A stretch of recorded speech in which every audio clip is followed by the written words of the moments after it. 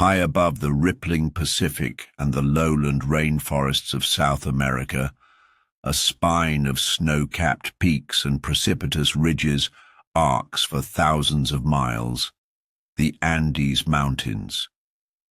In these soaring heights, where oxygen thins, temperatures plunge, at dusk and sunlit terraces cling to steep slopes, rose one of the greatest civilizations the ancient world ever knew. The Inca Empire, or Tawantinsuyu in the Quechua tongue, flourished between the early 13th century and the arrival of the Spanish in the 16th century. Their realm was literally a kingdom in the clouds, a tapestry of mountain citadels, deep green valleys, and high-altitude plateaus threaded by golden light at dawn and dusk, stretching roughly 2,500 miles from present-day southern Colombia through Ecuador, Peru, Bolivia, and into northern Chile and Argentina. The Inca dominion was the largest empire ever assembled in pre-Columbian America. At its height, it encompassed more than 12 million people and encompassed dozens of distinct ethnic groups, languages, and ecological zones, from icy glaciers to tropical lowlands. How did a people, originally a small highland tribe, come to rule such a disparate realm? The answer lies not simply in conquest by sword, but in a mastery of roads, rituals, and a profound sense of cosmic order, the intertwining of human life with the rhythms of the sun, moon, and mountains. The story of the Inca is thus far more than a chronicle of military campaigns and territorial expansion. It is also the tale of an extraordinary infrastructure, the Capac or Royal Road, which wound its way over unforgiving passes and through cloud forests, connecting distant regions in an intricate network of causeways, stone bridges, and way stations called tambos. Along these arteries travelled armies of chasquis, lightning-fast runners who relayed messages and goods, maintaining the heartbeat of an empire that moved at the speed of human legs and the whisper of the wind.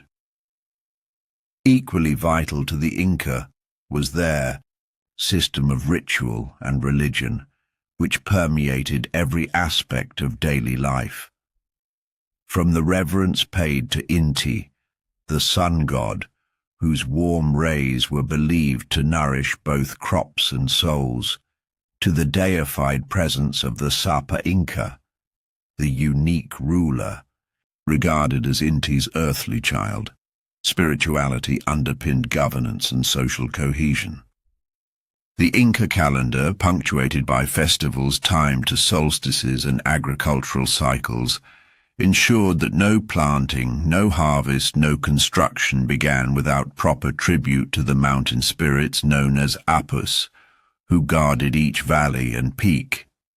Yet, perhaps most remarkable is how the Inca transformed a patchwork of scattered highland tribes into a unified realm, governed from the sacred city of Cusco, the navel of the world. They did so not only by extending arms, but by weaving peoples into a shared identity, granting land, local leadership roles, and ceremonial participation in imperial rites. A system of mita, labor taxation, ensured that everyone contributed to public works, from terraced agriculture to fortress construction. Through exchange, rather than only through tribute, they fostered a sense of belonging across vast distances and diverse cultures. In the centuries that followed, the Inca would extend their reach into the jungles of the Amazon, the arid coasts of the Pacific, and the windswept Altiplano, mastering each environment with innovative agriculture, irrigation, systems, and architecture that blended harmoniously with its setting. Their stone masonry, so precise that mortar was unnecessary, survived earthquakes that toppled other structures, enduring as a testament to an empire built on stability and vision. This is the story we will now unfold. The rise of a mountain, kingdom, its ingenious blend of conquest and cooperation, its radiant architecture and sacred rites, its eventual unraveling in the face of foreign disease and steel, and the echoes that still resonate among the Andean peoples today. As we follow the golden thread of Inca history from Carral's ancient pyramids on the coast to Machu Picchu's misty terraces, let us listen for the whisper of chasqui runners on high ridges, feel the glow of the sun god's chasqui flame, and sense the enduring pulse of a civilization that reached for the skies and built an empire among the clouds. Long before the Incas carved their grand terraces into the slopes of the Andes, an array of remarkable societies rose and fell in the rugged spine of South America. These early civilizations, often overshadowed by their most famous successor, laid the foundations of Andean ingenuity, spirituality, and urbanism. To understand the Inca, we must first listen to the echoes of Carral, Chavin, Moche, Nazca, and Tiwanaku, each a chapter in a story of human adaptation to mountain and coast. Carral is the oldest known city in the Americas, flourishing around 2600 BCE in the Supa Valley, approximately 200 kilometers north of modern Lima. Far from mere scattered villages, Carral was a complex urban center supporting perhaps 3,000–5,000 inhabitants. Its monumental architecture, six-stepped pyramids, sunken plazas, and residential compounds, demonstrates sophisticated planning and civic organization. Unlike later Andean cultures, Carral left behind almost no funerary goods or human sacrifices. Their focus seems to have been on ceremonial life. Archaeologists have uncovered remains of musical instruments, flutes fashioned from animal bones, and finely woven textiles, indicating that communal gatherings, ritual performance, and shared craftsmanship were at the heart of Carral society. Its inhabitants mastered irrigation, drawing fresh water from Andean springs to irrigate cotton and gourds, crops thriving in an otherwise arid coastal desert. Carral's success lay in its ability to blend maritime resources, fish and shellfish from the Pacific, with highland produce, forging a durable economy that served as a blueprint for subsequent cultures. Centuries later, around 900 BCE, the Yai Chavin culture emerged in the highlands of what is now northern Peru, centered on the ceremonial site of Chavin de Huantar, perched at 3,150 meters above sea level. This civilization left an indelible spiritual legacy across the Andes. The heart of Chavin de Huantar was a labyrinth of stone galleries, plazas, and ramps converging on a central temple with underground tunnels. Here, priests conducted rituals accompanied by elaborate stone carvings, jaguar-human hybrids, fang-mouthed deities, and undulating snakes, designed to evoke altered states of consciousness. Chavin artistic motifs spread far beyond the temples, walls appearing on pottery and textiles as far away as Ecuador and the coast, signifying a wide-reaching religious network. Chavin harnessed water's power to amplify sacred experiences. Hidden canals carried streams beneath the temple floors to create reverberating echoes, heightening the sensory impact of ritual gatherings.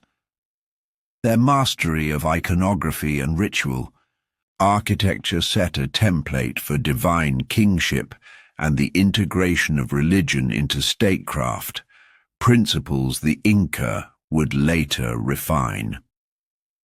Along the northern coast, between 100 and 800 CE, the Moche civilization flourished in the river valleys of modern-day Trujillo and Chiclayo, renowned for their finely painted ceramics, metalwork, and monumental adobe pyramids, such as the Huacas del Sol y de la Luna. The Moche displayed both artistic brilliance and militaristic vigor. Their ceramics portrayed everyday life: farmers sowing maize, fishermen hauling nets, as well as vivid scenes of ritual combat and sacrifice, suggesting a worldview entwined with warfare and cosmic renewal. Gold and silver items excavated from Moche tombs demonstrate exceptional metallurgical skill. Intricate headdresses, ceremonial knives, and ornate jewelry reveal both technological prowess and the central role of elites in religious ceremonies. The Moche irrigated extensive fields and traded generously, linking coastal ports with the highlands in a network of exchange. Although their political structure remains debated, some scholars see city-states, others a loose confederation. What endures is their potent fusion of art, ritual, and social hierarchy, a legacy that informed later Andean empire builders. To the south, the Nazca culture, 200 BCE, 600 CE, made a parallel imprint on Peru's desert landscape. Best known for the enigmatic Nazca lines, colossal geoglyphs etched into flat plains, depicting hummingbirds, spiders, and geometric shapes, the Nazca harness scale and perspective for spiritual purposes. Visible only from hilltops or air, these lines may have served as ritual pathways or offerings to deities associated with water and fertility. Behind these enduring artworks lay sophisticated aqueduct systems, puquios, underground channels, that tapped groundwater to sustain agriculture in an arid region. Pottery from the Nazca features bold polychrome designs of plants, animals, and mythic beings, conveying a rich iconography tied to underground water and subterranean realms. While the Nazca did not build grand cities, their art and hydraulic ingenuity testify to a deep engagement with landscape and the sacred. High on the Titicaca Basin Plateau, straddling modern Bolivia and Peru, the Tiwanaku civilization, circa 300 to 1000 CE, pioneered stoneworking and urban design at over 3,800 meters above sea level. Centered at the vast ceremonial site of Tiwanaku, they erected megalithic gateways, most famously the Gate of the Sun, carved with winged figures and geometric patterns, and a grid-like city plan oriented to solar events. Agricultural specialists developed raised fields, or suca collas, alternating canals and ridges to improve drainage and soil fertility, yielding abundant crops even in cold, high-altitude conditions. Tiwanaku ceramics and textiles bear precise geometric motifs and symbolic imagery, reflecting a cosmology linked to the lake and sky. Their influence reached deep into the southern Andes, setting agricultural and architectural precedents later adopted and adapted by the Incas. Together, these civilizations, Carral's urban cradle, Chavin's spiritual network, Moche artistry and martial culture, Nazca's desert rites, and Tiwanaku's highland engineering, formed a mosaic of experimentation and achievement. Each contributed technological innovations, ritual knowledge, and organizational frameworks that would flow into the Inca Empire's mighty current. By weaving these threads together, the Incas inherited a legacy of adaptation to mountain and coast, a reverence for sacred landscapes, and an understanding that human societies could not merely survive but flourish amidst the Andes' dramatic heights and hidden valleys. As we move forward into the Inca era, we carry with us the echoes of these forgotten civilizations, whose stone and pottery continue to speak across the centuries. Beneath the soaring peaks and along the rugged river, valleys of the Andes lay the foundations upon which the Inca would later build their vast empire. Early Andean societies experimented with technologies and agricultural methods perfectly suited to high-altitude life and wove intricate mythologies that connected people to their ancestors and the sacred landscape. These innovations, born of necessity in harsh environments, would crystallize over centuries into hallmarks of Inca achievement. Technology in the ancient Andes was rooted in the practical demands of mountain terrain. Quarrying and stonemasonry, perfected by cultures such as Tiwanaku, taught later builders how to shape irregular rock faces into precisely interlocking blocks. This dry stone technique, where stones fit so snugly that a knife blade cannot slip, between them formed the backbone of Inca construction. Likewise, the early Andeans developed metalworking skills, smelting copper, tin, and later bronze, that allowed them to craft tools, weapons, and ritual objects. These metals were not only practical but sacred. Copper axes and bronze figurines often appeared in highland tombs, serving both as implements of daily life and as offerings to mountain gods. In agriculture, Andean innovators confronted challenges of steep slopes, unpredictable rainfall, and thin soils. The solution lay in terracing, carving flat steps into hillsides to create microclimates where crops could flourish. These terraces conserved water, prevented erosion, and captured sunlight, enabling farmers to grow staples such as potatoes, maize, and quinoa at elevations above 3,000 meters. Water management, through canals, aqueducts, and carefully maintained irrigation networks, ensured that fields remained fertile even during dry seasons.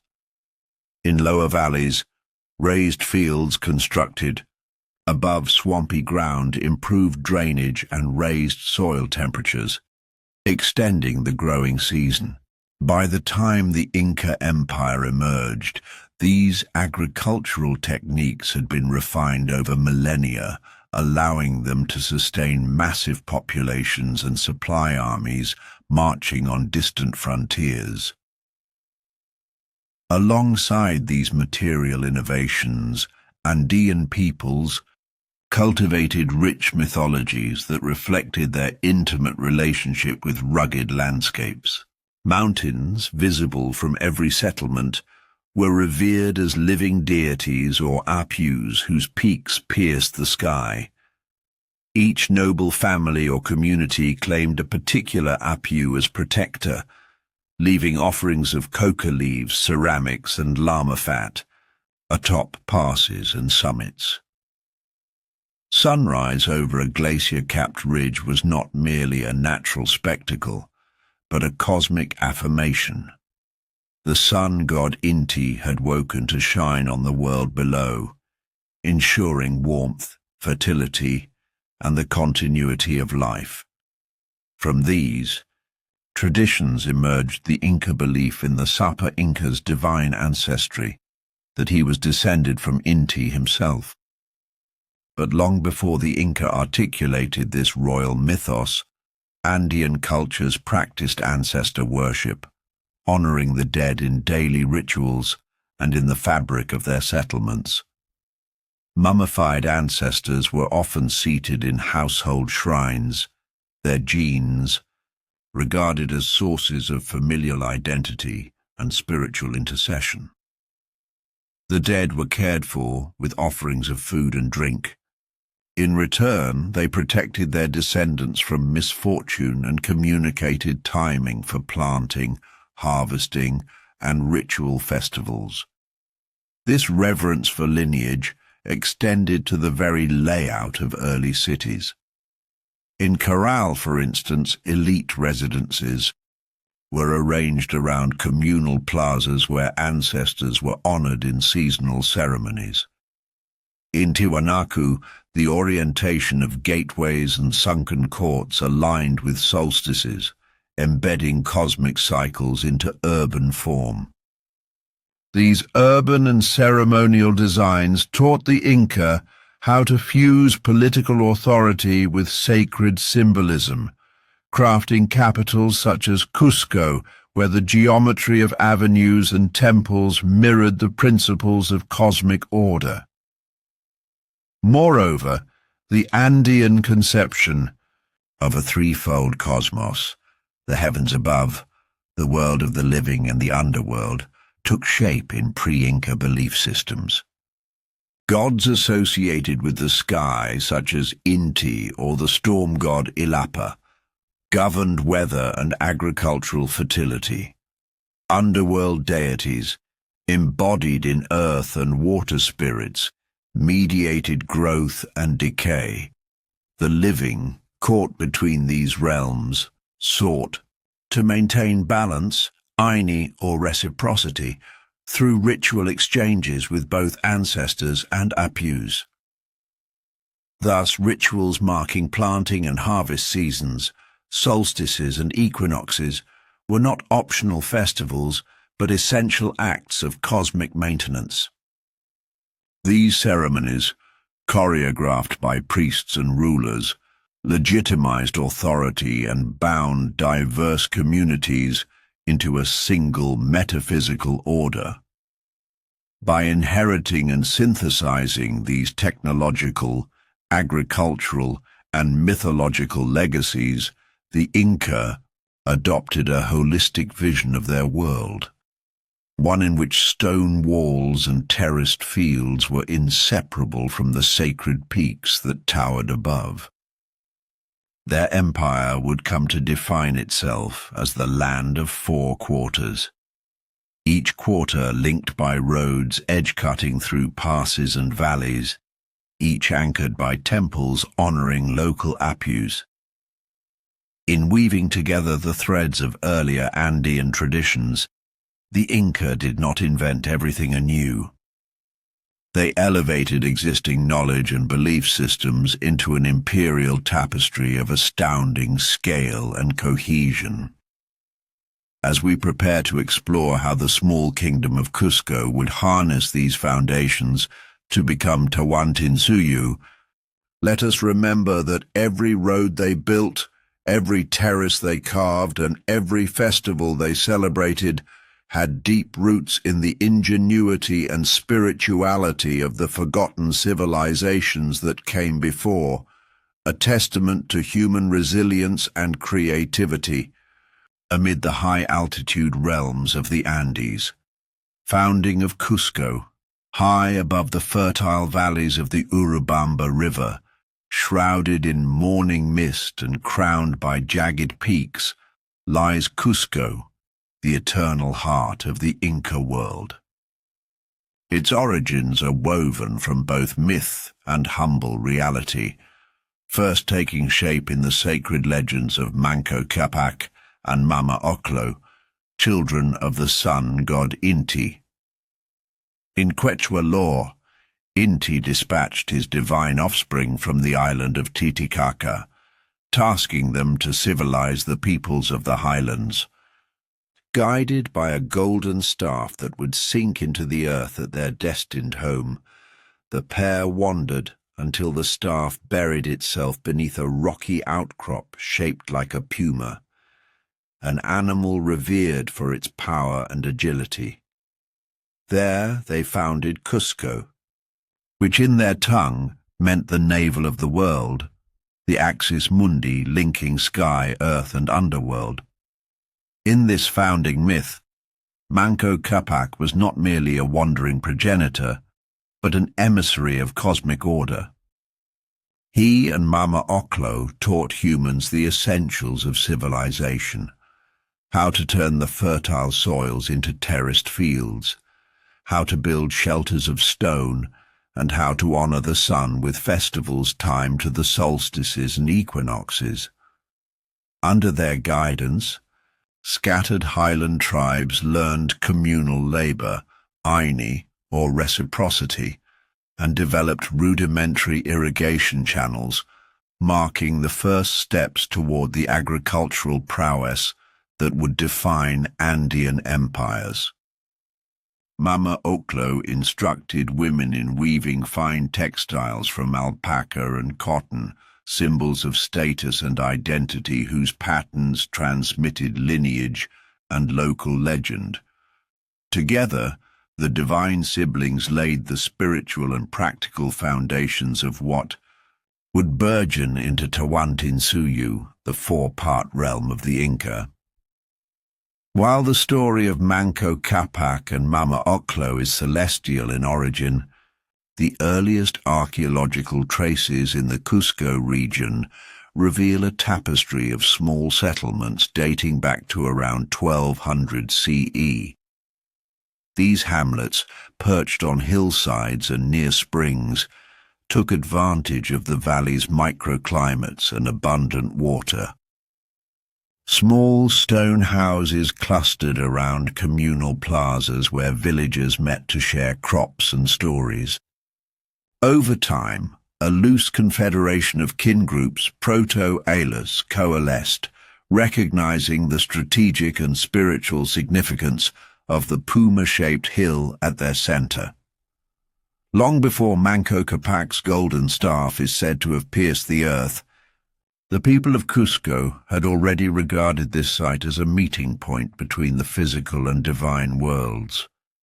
High on the Titicaca Basin Plateau, straddling modern Bolivia and Peru, the Tiwanaku civilization, circa 300 to 1000 CE, pioneered stoneworking and urban design at over 3,800 meters above sea level. Centered at the vast ceremonial site of Tiwanaku, they erected megalithic gateways, most famously the Gate of the Sun, carved with winged figures and geometric patterns, and a grid-like city plan oriented to solar events. Agricultural specialists developed raised fields, or suca collas, alternating canals and ridges to improve drainage and soil fertility, yielding abundant crops even in cold, high-altitude conditions. Tiwanaku ceramics and textiles bear precise geometric motifs and symbolic imagery, reflecting a cosmology linked to the lake and sky. Their influence reached deep into the southern Andes, setting agricultural and architectural precedents later adopted and adapted by the Incas. Together, these civilizations, Carral's urban cradle, Chavin's spiritual network, Moche artistry and martial culture, Nazca's desert rites, and Tiwanaku's highland engineering, formed a mosaic of experimentation and achievement. Each contributed technological innovations, ritual knowledge, and organizational frameworks that would flow into the Inca Empire's mighty current. By weaving these threads together, the Incas inherited a legacy of adaptation to mountain and coast, a reverence for sacred landscapes, and an understanding that human societies could not merely survive but flourish amidst the Andes' dramatic heights and hidden valleys. As we move forward into the Inca era, We carry with us the echoes of these forgotten civilizations, whose stone and pottery continue to speak across the centuries. Beneath the soaring peaks and along the rugged river, valleys of the Andes lay the foundations upon which the Inca would later build their vast empire. Early Andean societies experimented with technologies and agricultural methods perfectly suited to high-altitude life and wove intricate mythologies that connected people to their ancestors and the sacred landscape. These innovations, born of necessity in harsh environments, would crystallize over centuries into hallmarks of Inca achievement. Technology in the ancient Andes was rooted in the practical demands of mountain terrain. Quarrying and stonemasonry, perfected by cultures such as Tiwanaku, taught later builders how to shape irregular rock faces into precisely interlocking blocks. This dry stone technique, where stones fit so snugly that a knife blade cannot slip, between them formed the backbone of Inca construction. Likewise, the early Andeans developed metalworking skills, smelting copper, tin, and later bronze, that allowed them to craft tools, weapons, and ritual objects. These metals were not only practical but sacred. Copper axes and bronze figurines often appeared in highland tombs, serving both as implements of daily life and as offerings to mountain gods. In agriculture, Andean innovators confronted challenges of steep slopes, unpredictable rainfall, and thin soils.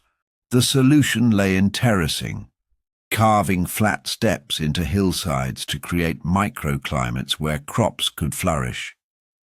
These terraces conserved water, prevented erosion, and captured sunlight, enabling farmers to grow staples such as potatoes, maize, and quinoa at elevations above 3,000 meters. Water management, through canals, aqueducts, and carefully maintained irrigation networks, ensured that fields remained fertile even during dry seasons. In lower valleys, raised fields constructed above swampy ground improved drainage and raised soil temperatures, extending the growing season. By the time the Inca Empire emerged, these agricultural techniques had been refined over millennia, allowing them to sustain massive populations and supply armies marching on distant frontiers. Alongside these material innovations, Andean peoples cultivated rich mythologies that reflected their intimate relationship with rugged landscapes. Mountains, visible from every settlement, were revered as living deities or apus whose peaks pierced the sky. Each noble family or community claimed a particular apu as protector, leaving offerings of coca leaves, ceramics, and llama fat atop passes and summits. Sunrise over a glacier-capped ridge was not merely a natural spectacle, but a cosmic affirmation. The sun god Inti had woken to shine on the world below, ensuring warmth, fertility, and the continuity of life. From these traditions emerged the Inca belief in the Sapa Inca's divine ancestry, that he was descended from Inti himself. But long before the Inca articulated this royal mythos, Andean cultures practiced ancestor worship, honoring the dead in daily rituals and in the fabric of their settlements. Mummified ancestors were often seated in household shrines, their genes regarded as sources of familial identity and spiritual intercession. The dead were cared for with offerings of food and drink. In return, they protected their descendants from misfortune and communicated timing for planting, harvesting, and ritual festivals. This reverence for lineage extended to the very layout of early cities. In Corral, for instance, elite residences were arranged around communal plazas where ancestors were honored in seasonal ceremonies. In Tiwanaku, the orientation of gateways and sunken courts aligned with solstices, embedding cosmic cycles into urban form. These urban and ceremonial designs taught the Inca how to fuse political authority with sacred symbolism, crafting capitals such as Cusco, where the geometry of avenues and temples mirrored the principles of cosmic order. Moreover, the Andean conception of a threefold cosmos, the heavens above, the world of the living and the underworld, took shape in pre-Inca belief systems. Gods associated with the sky, such as Inti or the storm god Illapa, governed weather and agricultural fertility. Underworld deities, embodied in earth and water spirits, mediated growth and decay. The living, caught between these realms, sought to maintain balance, Ayni or reciprocity, through ritual exchanges with both ancestors and apus. Thus, rituals marking planting and harvest seasons, solstices and equinoxes were not optional festivals, but essential acts of cosmic maintenance. These ceremonies, choreographed by priests and rulers, legitimized authority and bound diverse communities into a single metaphysical order. By inheriting and synthesizing these technological, agricultural, and mythological legacies, the Inca adopted a holistic vision of their world, one in which stone walls and terraced fields were inseparable from the sacred peaks that towered above. Their empire would come to define itself as the land of 4 quarters, each quarter linked by roads edge-cutting through passes and valleys, each anchored by temples honoring local apus. In weaving together the threads of earlier Andean traditions, the Inca did not invent everything anew.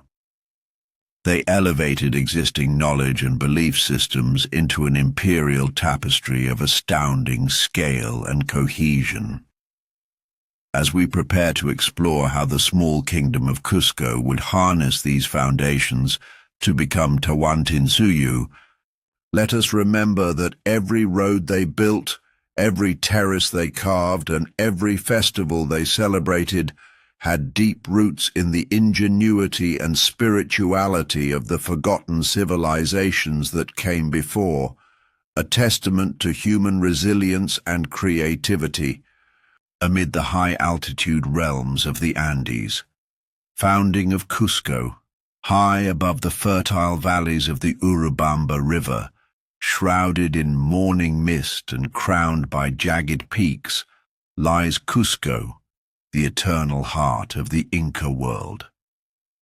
Its origins are woven from both myth and humble reality, first taking shape in the sacred legends of Manco Capac and Mama Oclo, children of the sun god Inti.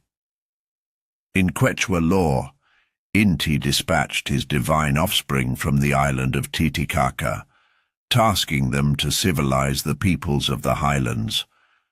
Guided by a golden staff that would sink into the earth at their destined home, the pair wandered until the staff buried itself beneath a rocky outcrop shaped like a puma, an animal revered for its power and agility.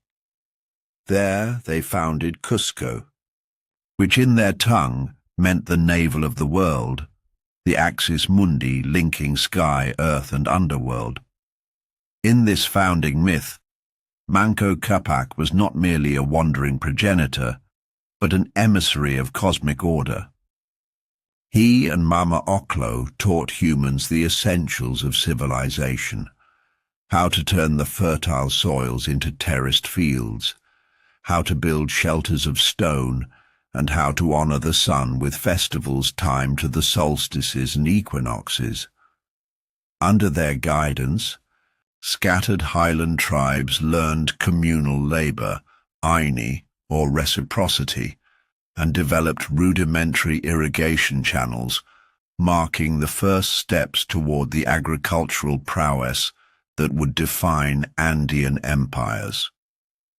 Mama Oklo instructed women in weaving fine textiles from alpaca and cotton, symbols of status and identity whose patterns transmitted lineage and local legend. Together, the divine siblings laid the spiritual and practical foundations of what would burgeon into Tawantinsuyu, the four-part realm of the Inca. While the story of Manco Capac and Mama Oklo is celestial in origin, the earliest archaeological traces in the Cusco region reveal a tapestry of small settlements dating back to around 1200 CE. These hamlets, perched on hillsides and near springs, took advantage of the valley's microclimates and abundant water. Small stone houses clustered around communal plazas where villagers met to share crops and stories. Over time, a loose confederation of kin groups, proto-Aylus, coalesced, recognizing the strategic and spiritual significance of the puma-shaped hill at their center.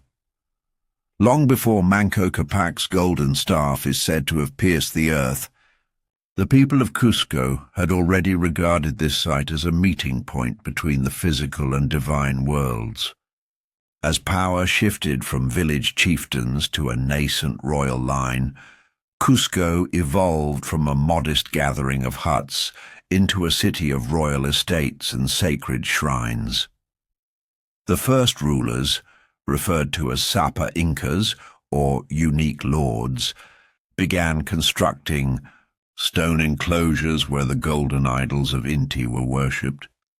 These early temples, while simple compared to later constructions, featured carefully dressed stones fitted without mortar, a technique handed down from the Tiwanaku and perfected over generations.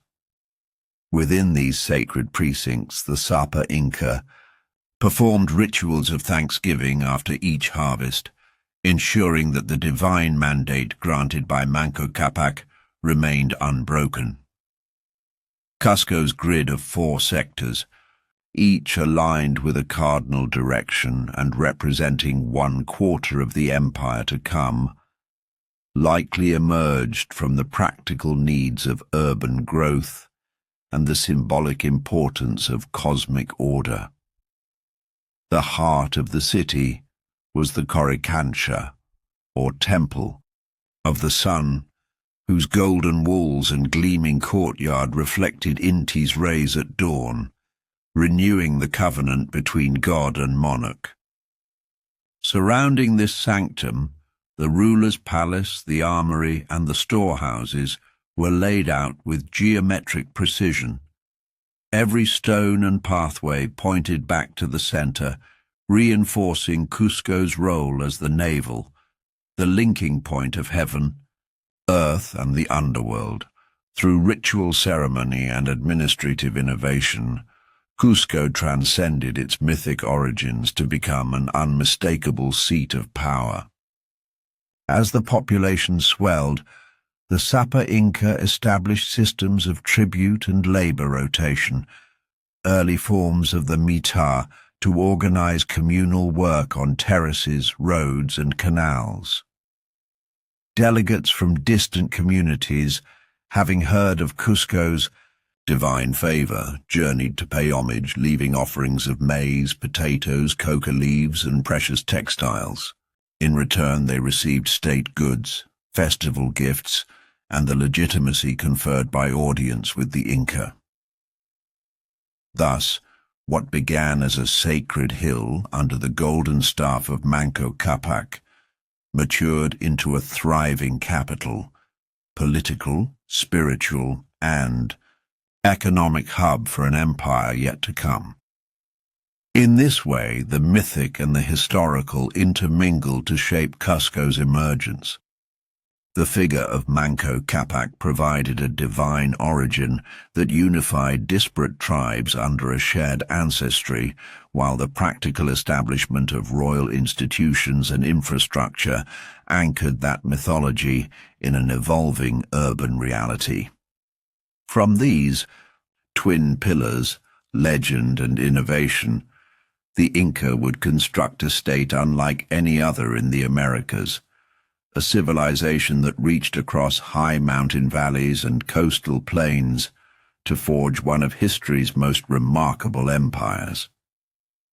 As we follow the footsteps of their mythic founders, we stand at the threshold of the Inca narrative, ready to witness the transformation of Cusco from humble mountain refuge into the beating heart of Tawantinsuyu. While the legends of Manco Capac and Mama Oclo blend divinity with origin, the real beginnings of Inca political consolidation were rooted in strategic alliances, martial prowess, and the gradual absorption of neighboring polities into a growing core centered on Cusco. Around 1200 CE, local warlords known as cuirassas cultivated power over small valleys and ecological niches, years before the solar siblings emerged from myth. These leaders governed kin-based communities called Ayllus, each responsible for its own fields, herds, and sacred rituals. Over time, a particular cuirassa in the Cusco Valley demonstrated unusual skill in diplomacy and warfare, forging alliances with neighboring Ayllus through arranged marriages, ceremonial gift exchanges, and shared defense pacts.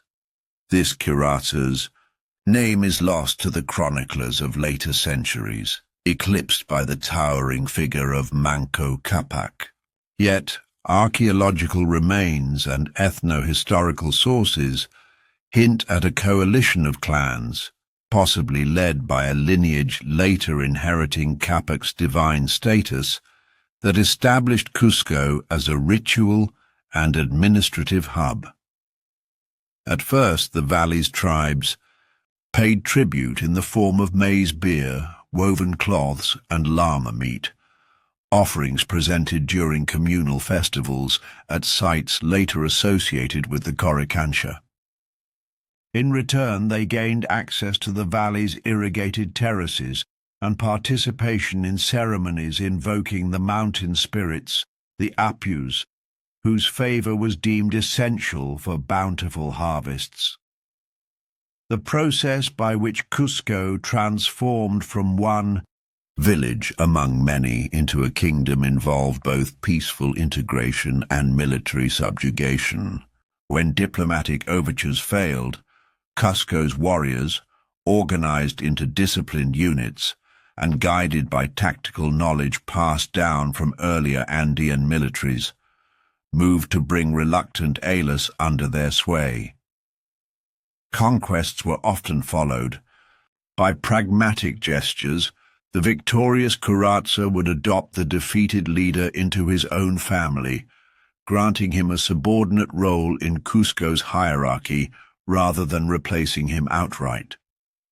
This syncretic approach maintained local customs and eased transitions of power, knitting the high Andes into an ever-expanding polity without wholesale displacement. By the early 13th century, Cusco emerged as the preeminent center in the region. Its strategic location at the confluence of the Tulumayo and Huatanay rivers ensured fertile alluvial soil, while its elevation, around 3,400 meters above sea level, offered natural defenses against potential invaders. Yet the city's rise depended equally on ideological innovations. The cuirassa of Cusco began to claim descent from the sun god Inti, presenting himself as an intermediary between the heavenly and earthly realms. Public rituals underscored this sacred bond. At new moon ceremonies, he stood upon a platform carved from single stones, receiving the first rays of dawn and offering gratitude to Inti on behalf of his subjects. Such displays elevated Cusco's ruler above mere mortal lords, legitimizing his authority across diverse communities. Consolidation accelerated under successors who bore the title Sinchi, meaning valiant warrior, and later Sapa Inca, the only Inca. Each new ruler inherited not only territorial gains, but also a growing bureaucracy.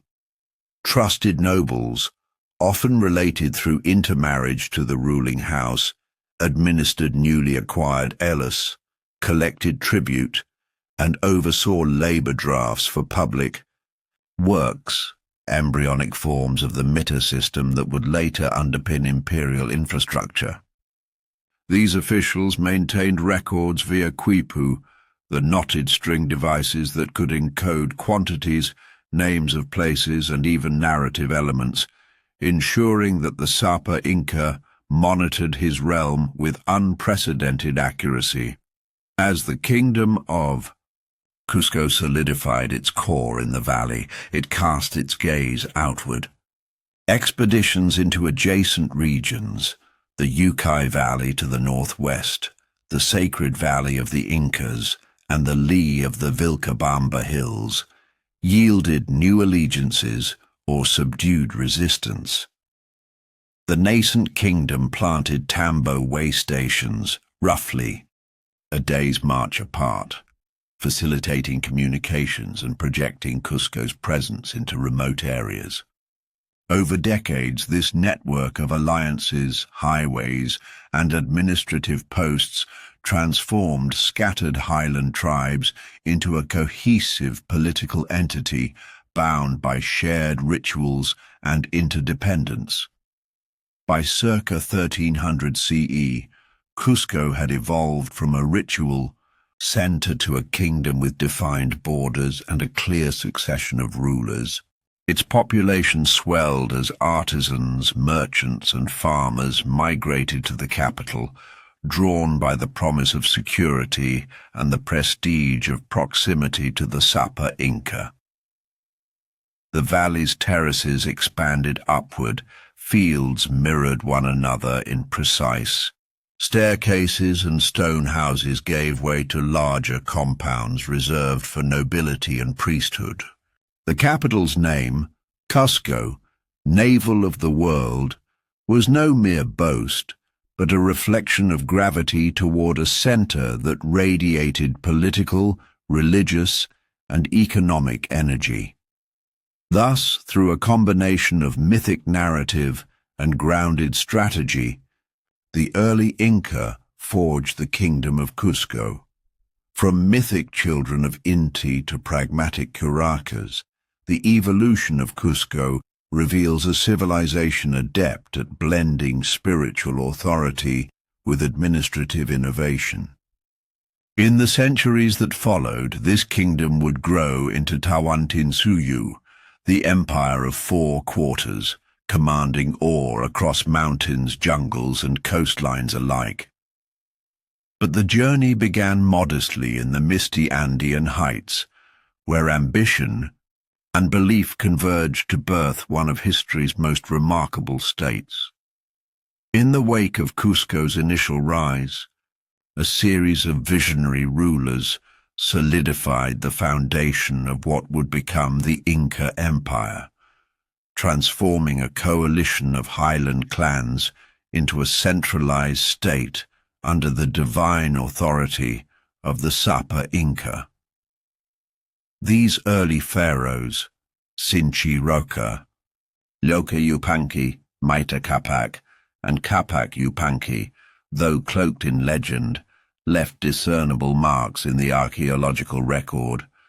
Their reigns, spanning roughly from the late 13th to the early 14th centuries, were characterized by the gradual development of royal institutions and the articulation of an imperial identity rooted in both political mastery and sacred ancestry. Sinchi, Roca, often described as the first valiant warrior, is credited with establishing the power of the Cusco lineage over neighboring communities. He organized the city's earliest militia, forging discipline and loyalty among Cusqueño fighters.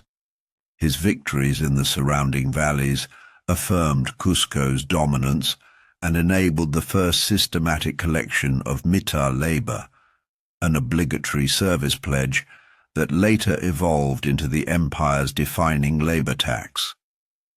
Under his rule, the nascent state began constructing communal granaries and irrigation works, vestiges of which survive as overgrown stone walls overlooking the valley floors. His successor, Yupanqui, is remembered for the consolidation of Cusco's administrative framework. He standardized the use of Quipu, unleashing the potential of knotted cords to record census figures and tribute deliveries. Quipu administrators, typically Colques, emerged as early bureaucrats, their training and loyalty essential to the central authority. Yupanqui also presided over the first recorded enlargement of the Coricancha, reinforcing the temple's status as the empire's spiritual hut. By aligning architectural expansion with ritual calendar events, such as the winter solstice, he bound religious practice ever closer to royal authority. Mita Capac turned focus toward the divine narrative of royal lineage, recognizing that mythic origins lent unassailable legitimacy. He commissioned oral compilers, precursors to later chroniclers, to weave the legends of Manco Capac into genealogies that connected each successive Sapa Inca directly to Inti, the sun god. These stories, performed at public ceremonies, combined myth and memory, presenting the ruler as a living conduit between heaven and earth. He established the ritual of the Seke lines, sacred pathways radiating from Cusco to important huacas, or holy shrines. These lines, traced by priests and nobles in elaborate processions, mapped the empire onto the landscape and underscored the ruler's centrality in both governance and spirituality. Building on this, Capac Yupanqui extended the dynasty's reach through diplomatic marriages and gift exchanges. He forged alliances with powerful Ayllu leaders on the fringes of the Cusco Valley, integrating their families into the royal household through carefully arranged unions.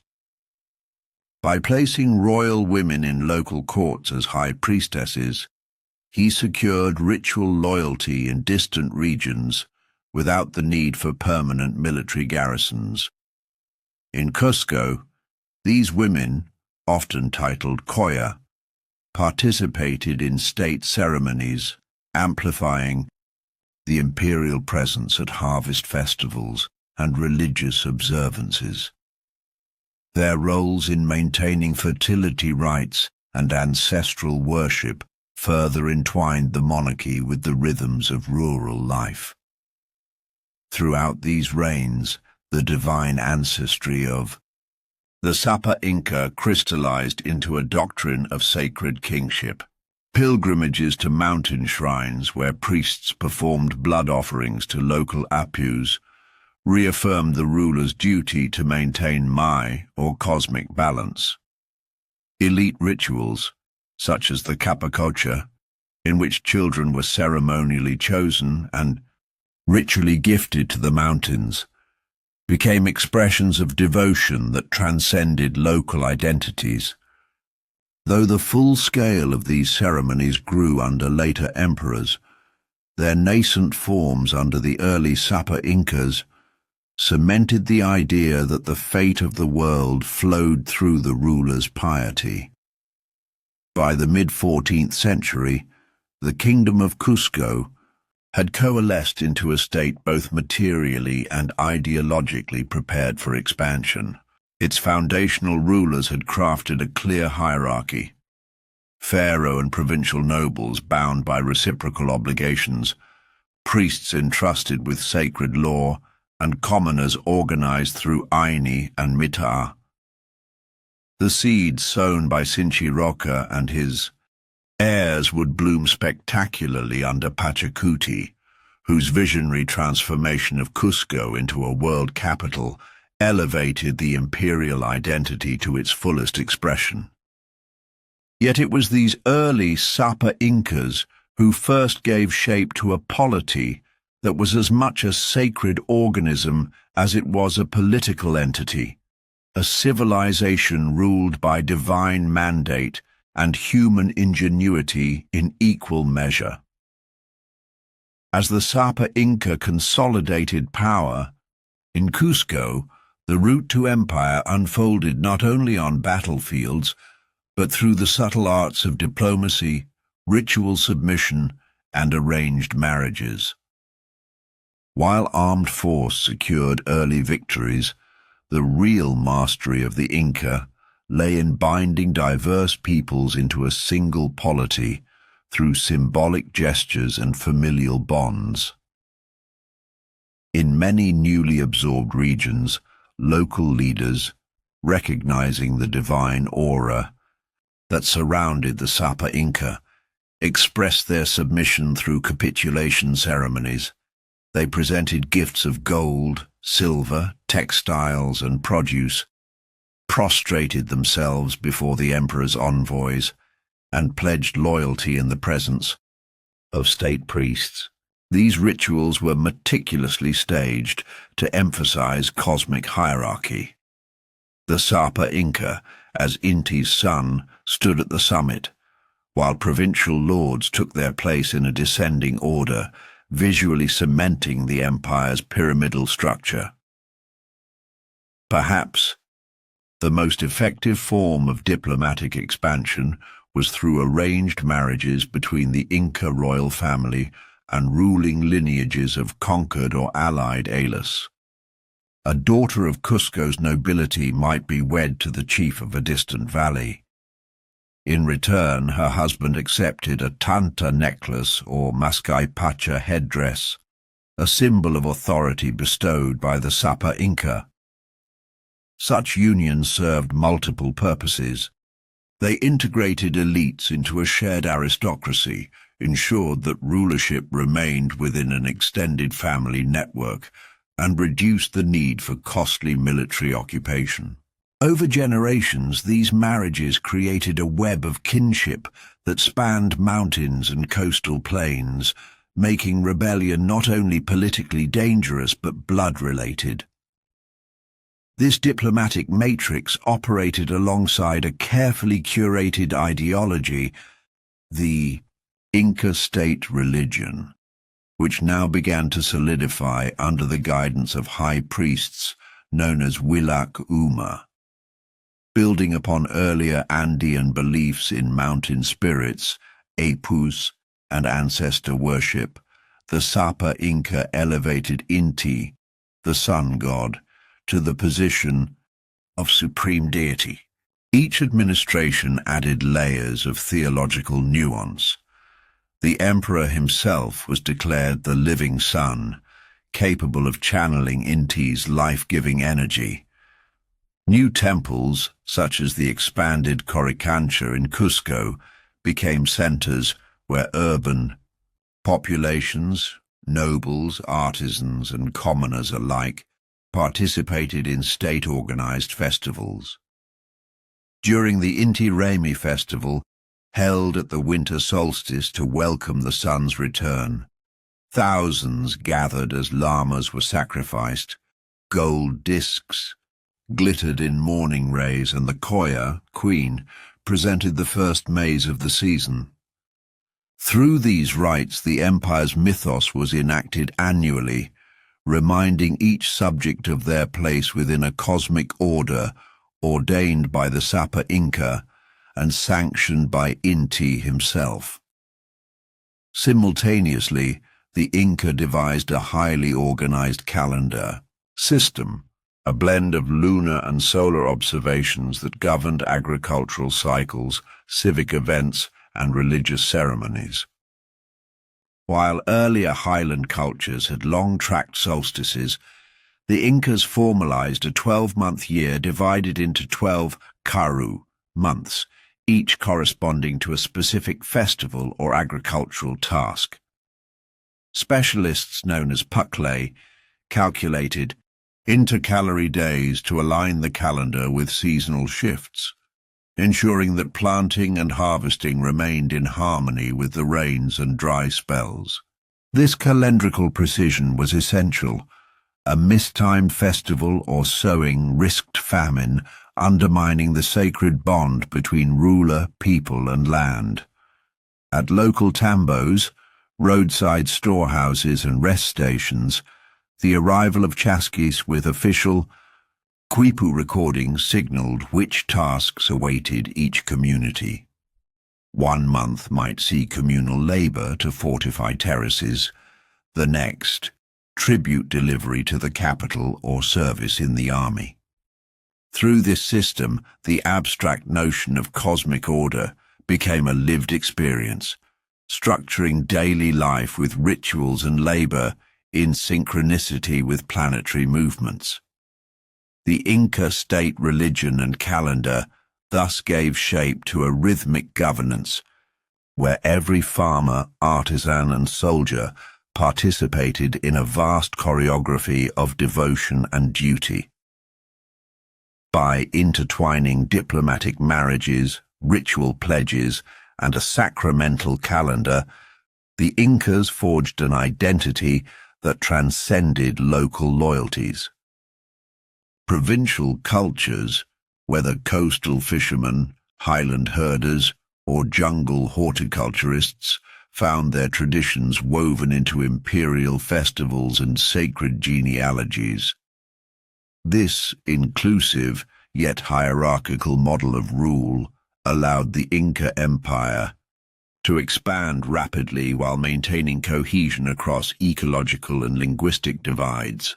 The Sapa Inca stood at the summit of this carefully calibrated system, both political sovereign and divine intermediary, ensuring that Tawantinsuyu functioned as a single organism, pulsating to the ancient rhythms of the sun, earth, and sky.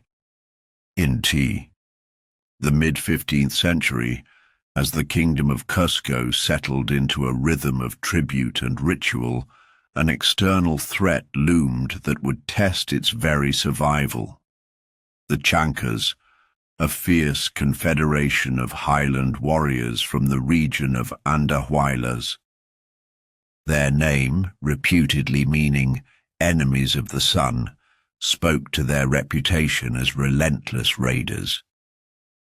In 1438 CE, the Chancas descended upon Cusco with thunderous fury. The city, then lightly defended, seemed destined to fall. Yet from this crucible of peril emerged a leader whose vision and valor would transform both city and empire. Pachacuti Inca Yupanqui. Pachacuti's rise was by no means assured. Born around 1418 to the Sapa Inca Yawa Wakak, he was one of several sons but not initially designated heir. Traditional accounts describe him as contemplative rather than warlike, a youth more interested in religious rites and the voice of the oracles than in the clash of spears. When the Chanca threat intensified, his older brother, Inca Urco, was tasked with leadership and is said to have fled in panic before the enemy host. With the city's fate hanging in the balance, Pachacuti stepped forward. Again, according to legend, he seized his brother's war fan, a symbol of royal command, and inspired the defenders with a speech invoking the blessings of Inti, the sun god, and the strategic acumen of their ancestors. mustered by his courage, the youth-led militia confronted the Chancas in pitched battle on the plains below the city walls. The ensuing clash was both bloody and decisive. Pachacuti's forces, though outnumbered, exploited intimate knowledge of the terrain and the unity forged by his stirring exhortations. They counterattacked with slings, spears, and the terrifying war clubs known as macanas, pushing the Chancas back through narrow defiles where their numbers counted for less. As dusk fell, the Chanca lines broke, and their retreat turned to rout. According to chroniclers, Pachacuti personally slew the Chanca general with a well-placed blow, sowing panic among the attackers. When dawn's light revealed the reclaimed battlefield, the people of Cusco hailed him as their savior, and the city would never be attacked again. In the aftermath of that fateful victory, Pachacuti was formally recognized as the 9th Sapa, Inca taking the epithet Pachacuti, meaning earthshaker or world reformer. This seismic shift in leadership was both practical and symbolic. Under his rule, the kingdom of Cusco would be reborn as the radiant heart of a rapidly expanding empire. Pachacuti immediately set about strengthening the city's fortifications, repairing walls with the precision stonework inherited from earlier Andean builders. He also reorganized the military, instituting a standing army composed of units drawn from each newly allied province, each bearing distinctive banners and uniforms. This professional corps was trained in mountain warfare, scaling steep passes and using local intelligence to secure Cusco's borders far beyond the valley. Yet Pachacuti's genius lay not only in battlefield brilliance, but in his ability to transform the very concept of rulership. He envisioned an empire not defined solely by conquest, but by unity under a shared system of administration, religion, and culture. To this end, he ordered an ambitious urban reimagining of Cusco itself. He reshaped the city's layout into the form of a puma, a symbol of the earthly realm, its head at Sacsayhuaman fortress on the northern ridge, and its tail at the hillside palace quarter to the southeast. Avenue-like streets and canals carved through the city's core formed the puma's back and legs. This grand architectural gesture, blending symbolism with planning, demonstrated that Pachacuti saw himself as shaping the land itself, aligning human settlement with cosmic truths. Under Pachacuti's leadership, the kingdom expanded rapidly. He dispatched generals to pacify neighboring valleys, from the fertile Urubamba Basin to the windswept plateaus near Lake Titicaca. His envoys arrived bearing golden statuettes of Inti, inviting local cuaratzas to join the empire through a ritual of Capac, sacrificial offerings and ceremonies that bound them spiritually to the Sapa Inca. Those who accepted maintained local autonomy in daily affairs, but owed regular tribute, military service, and participation in state festivals. Through a mix of shrewd negotiation and exemplary force, Pachacuti extended Cusco's influence across the southern highlands and into the Amazonian fringes, setting the stage for a realm that would one day span from the equator to the edges of Chile.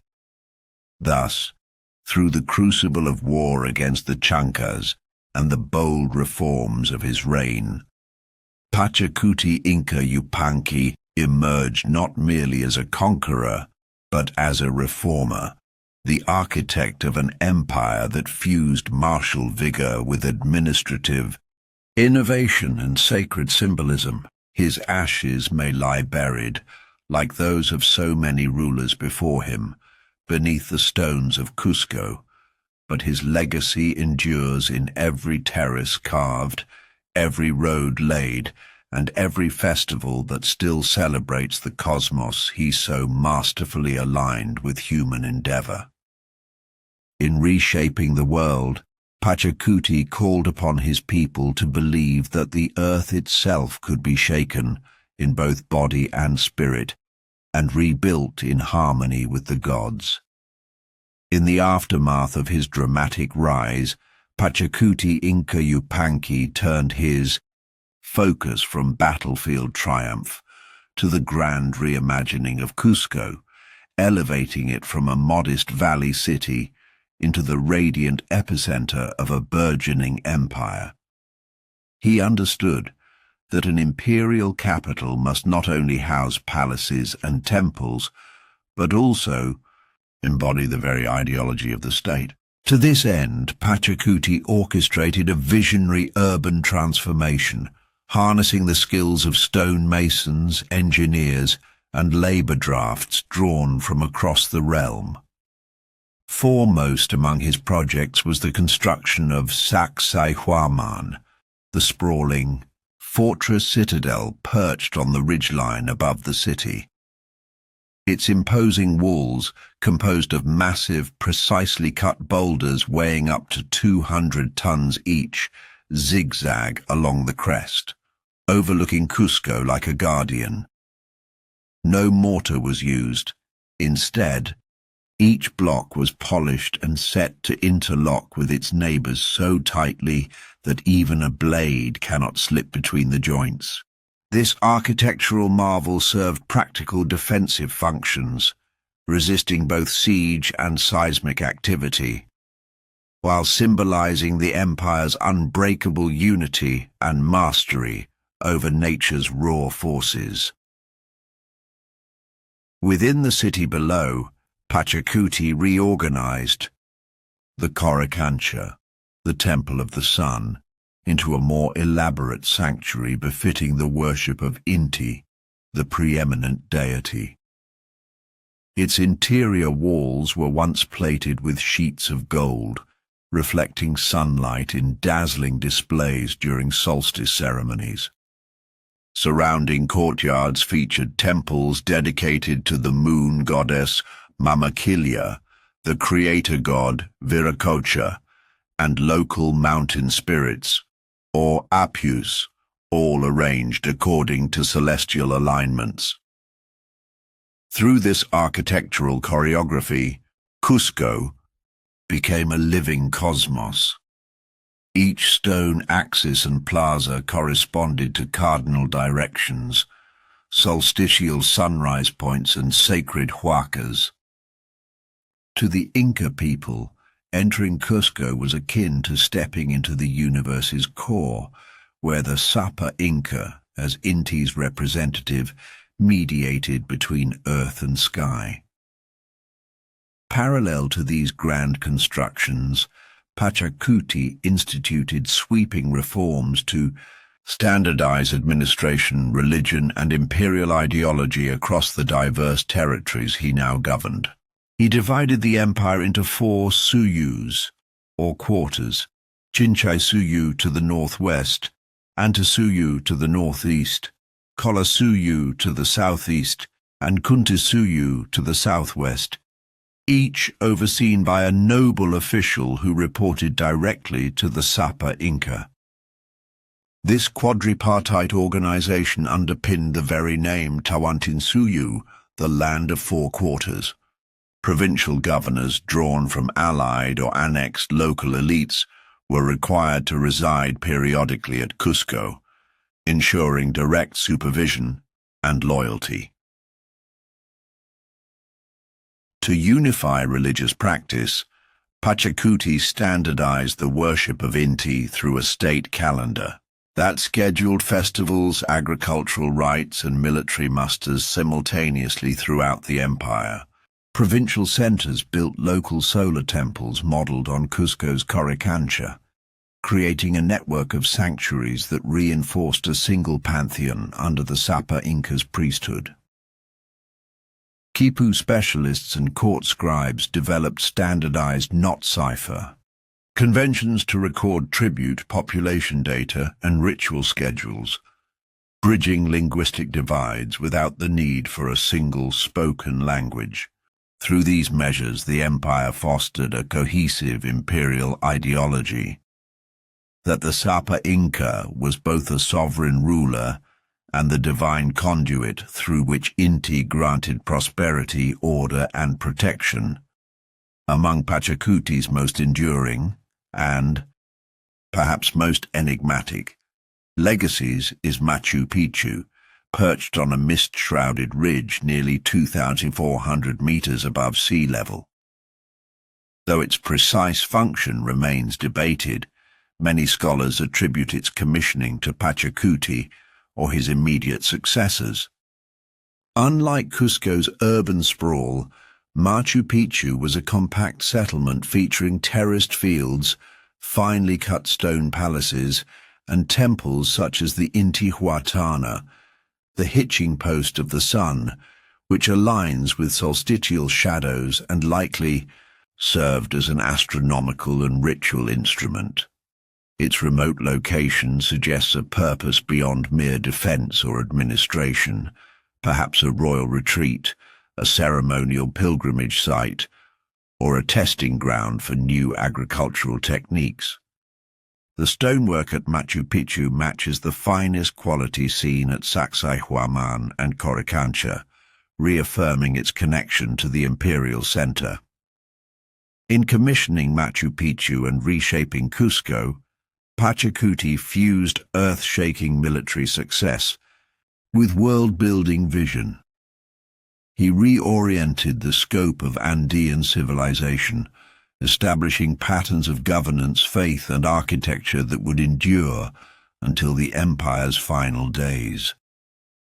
Through formidable walls, cosmic city plans, and unified calendars, he signaled to every corner of Tawantinsuyu that the land now belonged to an empire under the sun, ordered, resilient, and guided by a divine lineage descended from Inti himself.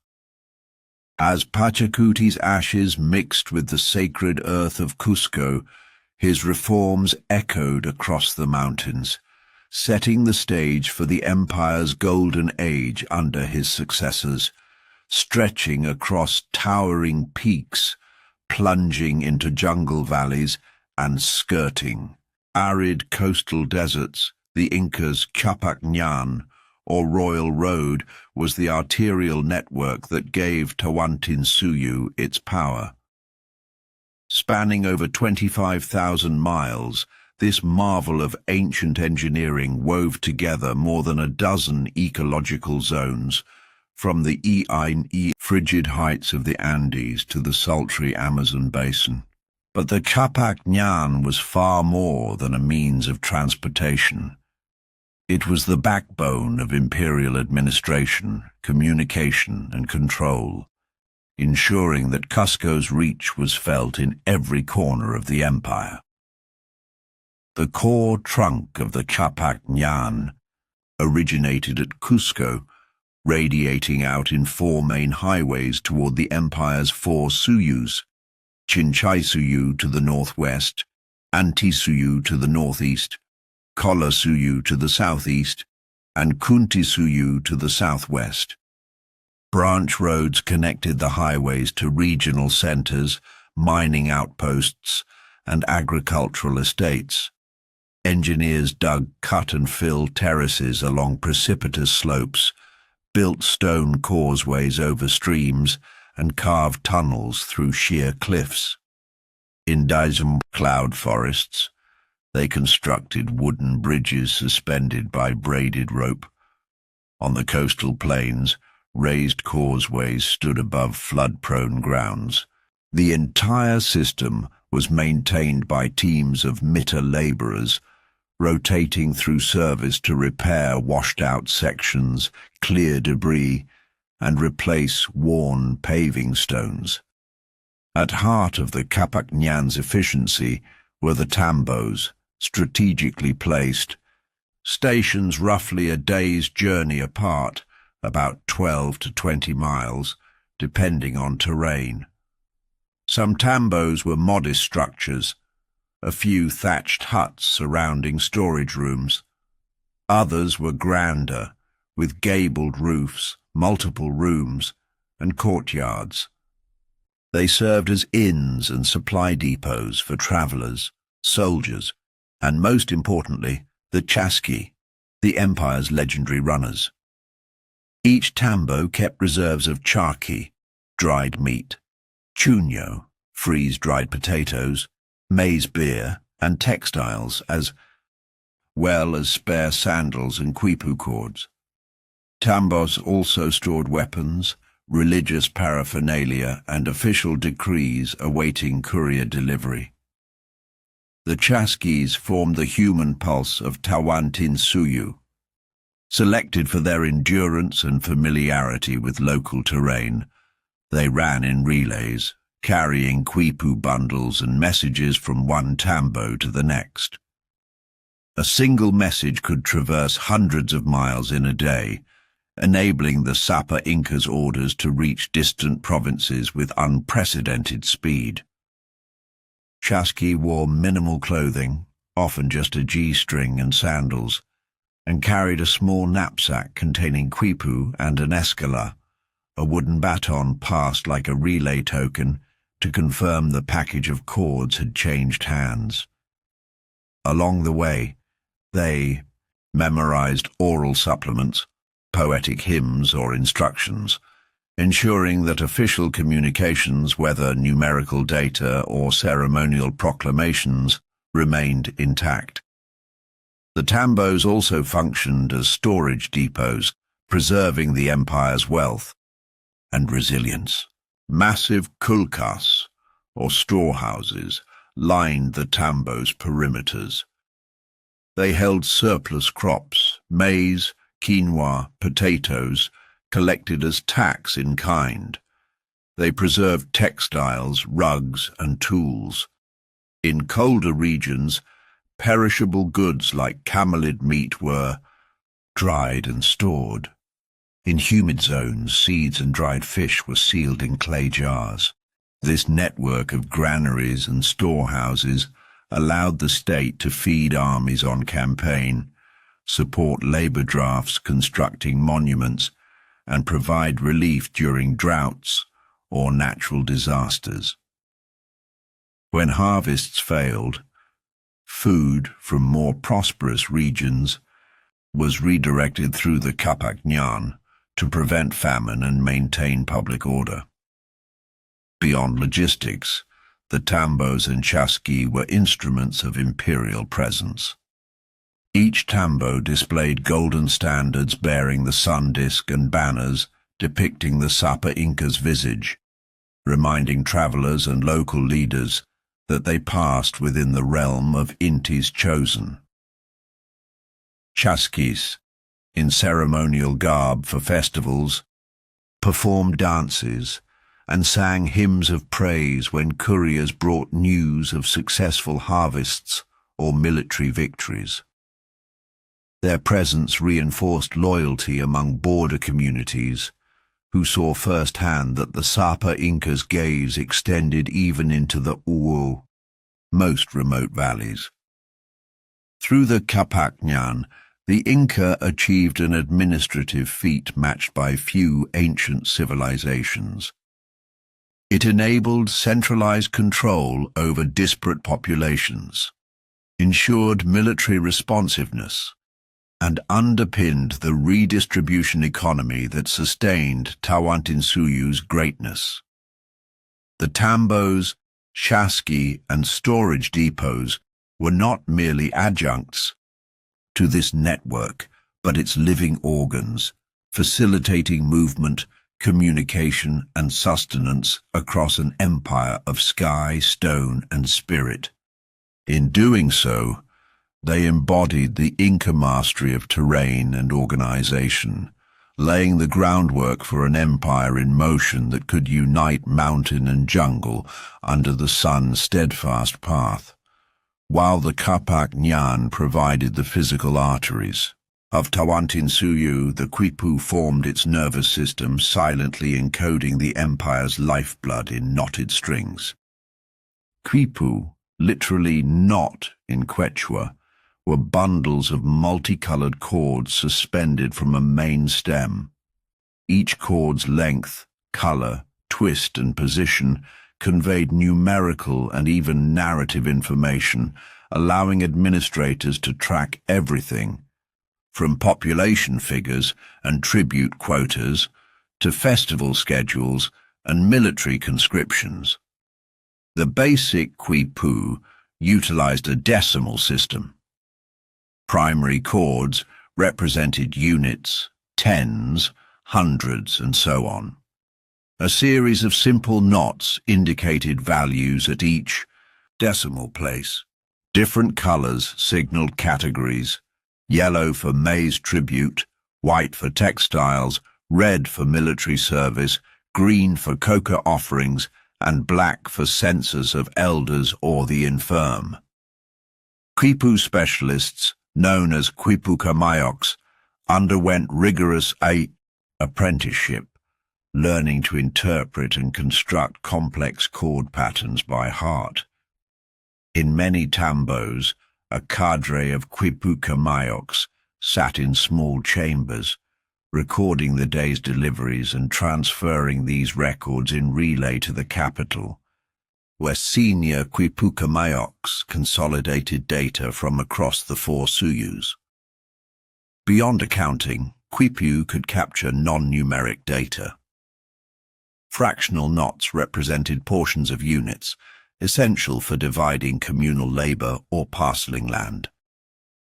Narrative Quipu employed different knot types, figure of 8, long knots, and clusters, to signify named places, festival rites, or mythic recitations. Although the full extent of these narrative chords remains under study, Spanish chroniclers noted that Quipu could memorialize royal lineages, record oral histories, and even encode astronomical observations. With Quipu, the Inca overcame the challenges of governing a multi-ethnic empire without a single written script, relying on tactile memory and standardized conventions that bound record-keeping to human expertise. This system of Quipu complemented the empire's infrastructure and tribute networks, uniting diverse peoples under a single administrative umbrella. From the high deserts of southern Peru to the verdant cloud forests of the eastern Andes, local communities contributed specific resources according to ecological specialization. Coastal villages sent dried fish and cotton cloth. Highland farmers delivered potatoes, quinoa, and llama wool. Jungle settlements offered coca, tropical fruits, and medicinal plants. Each contribution was recorded on Quipu chords at tambos and provincial centers, ensuring that the Sapa Inca maintained an accurate ledger of his realm's resources. Tribute payments did more than feed the capital, it reinforced reciprocal ties. In return for their deliveries, communities received aini, state-distributed goods, during times of hardship or large festivals. The redistribution economy underpinned by Quipu records allowed the state to mobilize labor drafts, build infrastructure, and celebrate religious ceremonies with lavish offerings. A stored surplus of maize or textiles could be dispatched to laborers constructing a new temple, or to soldiers in distant campaigns, or to families suffering from crop failures. This cycle of tribute and redistribution created a tangible bond. Loyalty to the Inca meant access to the collective wealth of the empire. Integration of conquered peoples extended beyond economic frameworks to include cultural exchange and mobility. The Capac enabled artisans, priests, and administrators to travel between provinces, establishing new tambos as nodes of intercultural dialogue. In mountain valleys where Quechua was unknown, local languages were accommodated in Quipu nomenclature, and provincial officials learned Inca court protocols during stints in Cusco. The state sponsored festivals at regional huacas, sacred shrines, where Andean communities performed their own dances and offerings alongside Inca ceremonies, fostering mutual recognition of each group's sacred traditions within the imperial cult. Administrative centers, known as huacas, varied in size and function. Some were massive venues, like Pizarro in the Sacred Valley, with terraces and plazas to accommodate thousands during the Inti. Others were small shrines perched on mountain ridges, where Chasqui delivered Quipu updates to mountain priests. This network of sacred sites, tied into the Capac and monitored through Quipu, formed a spiritual infrastructure that paralleled the road's physical pathways. It allowed the Sapa Inca's ideology to flow as freely as resources, weaving a shared worldview across languages, geographies, and lineages. Through Quipu, roads, tambos, and tribute, Tawantinsuyu became more than a collection of territories. It became an integrated organism. The Sapa Inca's authority rested on his ability to balance local autonomy with imperial mandates, channeling each province's unique contributions into a centralized system that respected regional identities while unifying them under a single cosmic and political order. In this way, the Inca mastered the art of control, not by erasing diversity, but by harnessing it, transforming a mosaic of peoples and environments into a coherent empire in motion, guided by knotted cords and sunlit pathways. Beneath the soaring walls of Sacsayhuaman and the gleaming gold of the Coricancha lay the daily world of millions of Inca subjects, whose lives were shaped by the twin pillars of Ayllu society and the Mita system. At its heart, the Inca social order was not fragmented into competing city-states, but organized into kin-based groups called Ayllus, extended family units that combined blood relations, shared land, and communal responsibility. Each Ayllu held collective title to a portion of the empire's territory, divided into agricultural terraces, pastures, and farmlands. Families within the Ayllu worked these strips of land together, pooling labor and sharing harvests according to a carefully regulated system. The Ayllu was more than an economic unit.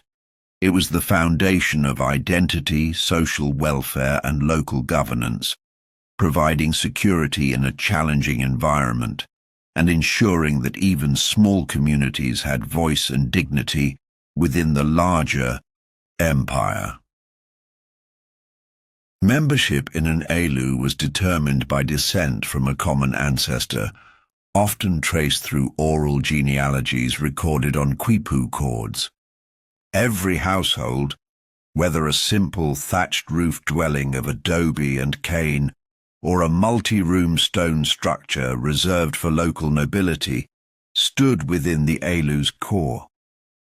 Decisions about planting seasons, irrigation schedules, and festival participation were made collectively in plazas, where elders and elected curacas, local leaders, presided.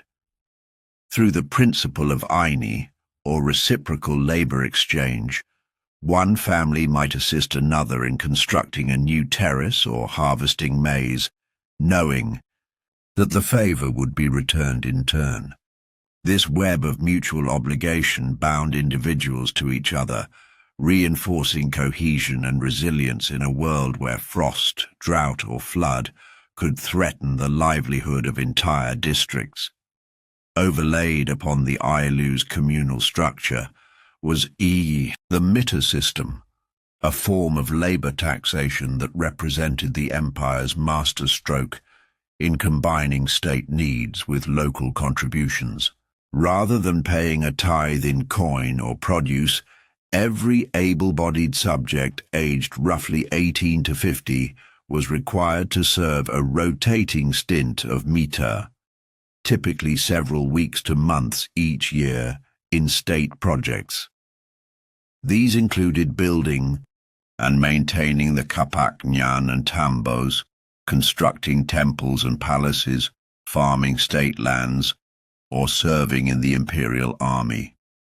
After completing their service, mitadores returned home with rations from state granaries and tools or cloth provided by the government, ensuring they did not suffer destitution for fulfilling their civic duty.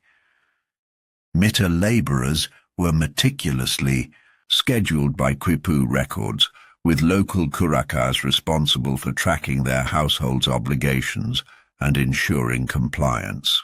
This system allowed the Inca to mobilize massive workforces without undermining local agricultural cycles. MBTR stints were scheduled after the sowing season and before critical harvests, minimizing disruption to food production. In effect, each community contributed both labor and the fruits of its labor to the imperial engine, while the state reciprocated by investing in public goods, roads, storerooms, bridges that benefited all. Over time, the mitar evolved into a core instrument of social welfare. Elderly or infirm members who could not perform mitar received support from communal stores, reflecting the Ayllu's commitment to collective well-being. While many mitar assignments reached far-flung corners of the empire, such as specialized mining operations in the Andean highlands or ceremonial construction at remote shrines, local communal work, called Minca, addressed immediate needs. Ayllu members would labor together to maintain terraces, repair irrigation canals called amaru, or clear communal fields. These shared tasks reinforced social bonds and ensured that the Ayllu remained functional and prosperous. In return, the state recognized the Ayllu's contributions by granting special celebration days, distributing chicha, fermented maize beer, during festivals, and periodically remitting mitar obligations as a reward for exceptional service. Through the intertwining of Ayllu solidarity and mitar service, the Inca Empire achieved a level of social integration unique in pre-modern history. Commoners, despite labor drafts and tribute obligations, experienced a structured life with clear rights to land, social support during hardship, and participation in imperial rituals. Nobles and curacas, drawn from so-called panicas, royal lineages, administered these systems at local and provincial levels, ensuring imperial policies fit within the rhythms of each community. This blend of communal autonomy and centralized coordination underpinned Tawantinsuyu's stability, enabling an empire of 12 million people to function seamlessly across daunting mountains and valleys, an enduring testament to human ingenuity in service of the common good. Beneath the gleaming facades of royal palaces and the echo of hymns at the Coricancha, Inca society was defined by a social hierarchy carefully structured to balance privilege with obligation and status with service. At the summit stood the Sapa Inca, regarded as both sovereign and living god, whose word was law and whose lineage traced back to Inti. Immediately beneath him, the Panaka, royal kinship groups, his siblings, children, and extended relatives held positions as priests, military generals, and administrators. These nobles received the largest allotments of land and labor tribute, which they used to support their lavish households, maintain retinues of servants, and host rituals that reinforced their sacrosanct status. Below the Panaka sat the Caraccas and Cachucas, local and regional governors selected for loyalty or lineage and entrusted with managing the provinces. They oversaw the mita drafts, collected Quipu recorded tributes, and adjudicated disputes. Their homes, built of dressed stone and wood with multiple rooms, stood apart from common dwellings, yet often remained modest compared to the royal estate. Cuirassas played a crucial role. They were conduits of imperial power, ensuring that state edicts reached far-flung islas and that local needs were communicated back to Cusco. At the base of the hierarchy were the commoners, the vast majority of the population organized into elas where they labored on communal lands and fulfilled mita obligations. Though peasants and artisans lacked noble titles, they enjoyed rights secured by the redistributive state economy. Each Ayllu's fields divided into 3 categories: state land, Tawantinsuyu, priestly land, Huascars, and communal land, ensured that everyone received sustenance.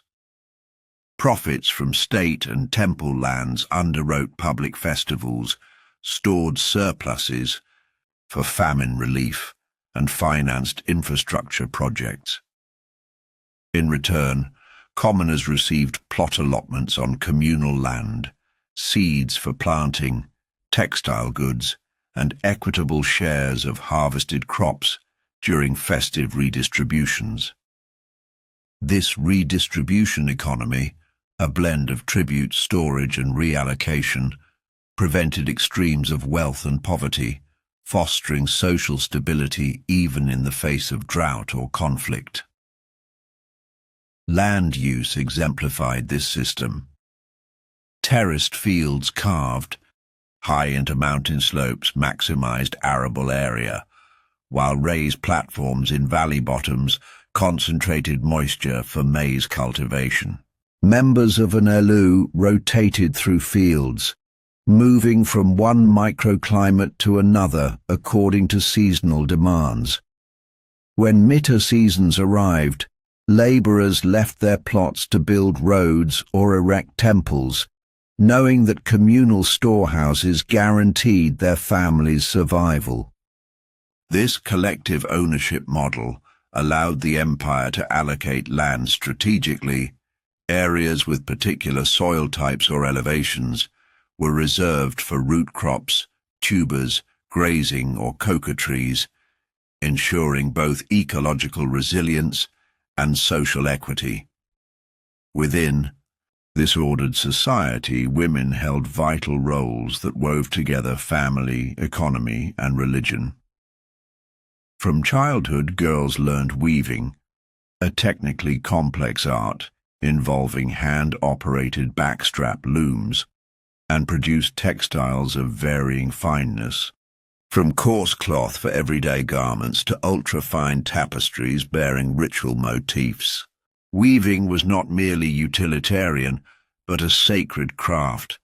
The thread patterns often encoded lineage stories and served as offerings in temple ceremonies. Women also managed domestic granaries, ensuring that each household's maize and quinoa stores were kept dry and accessible. Marriage formed another pillar of Inca social organization. While commoners arranged matches within or between neighboring Ayllus, solidifying alliances and balancing labor needs, The nobility practiced elite marriages to cement political ties.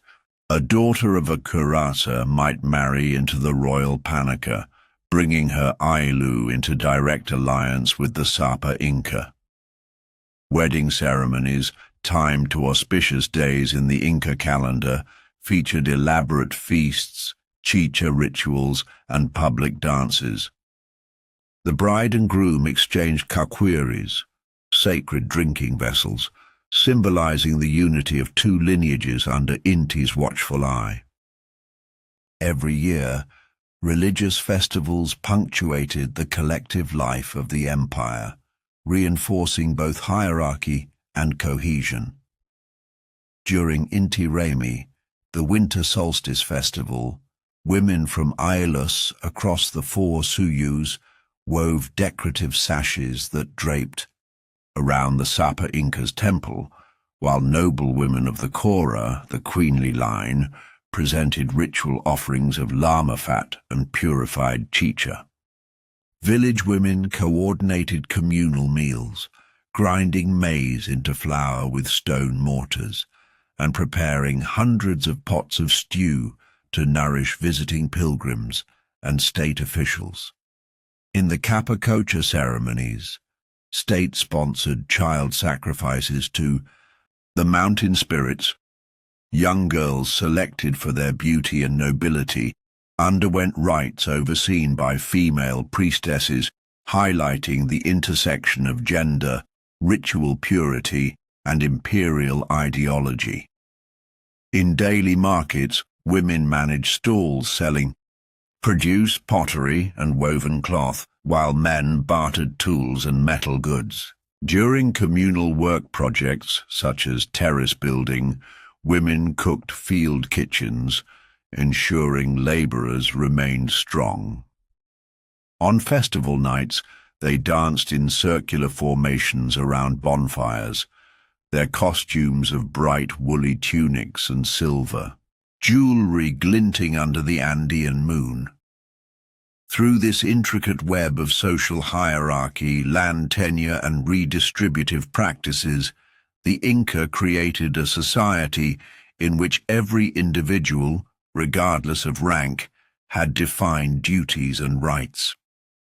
Women's economic and ritual roles buttressed family solidarity and tribute production, while marriages bound regions into kinship ties.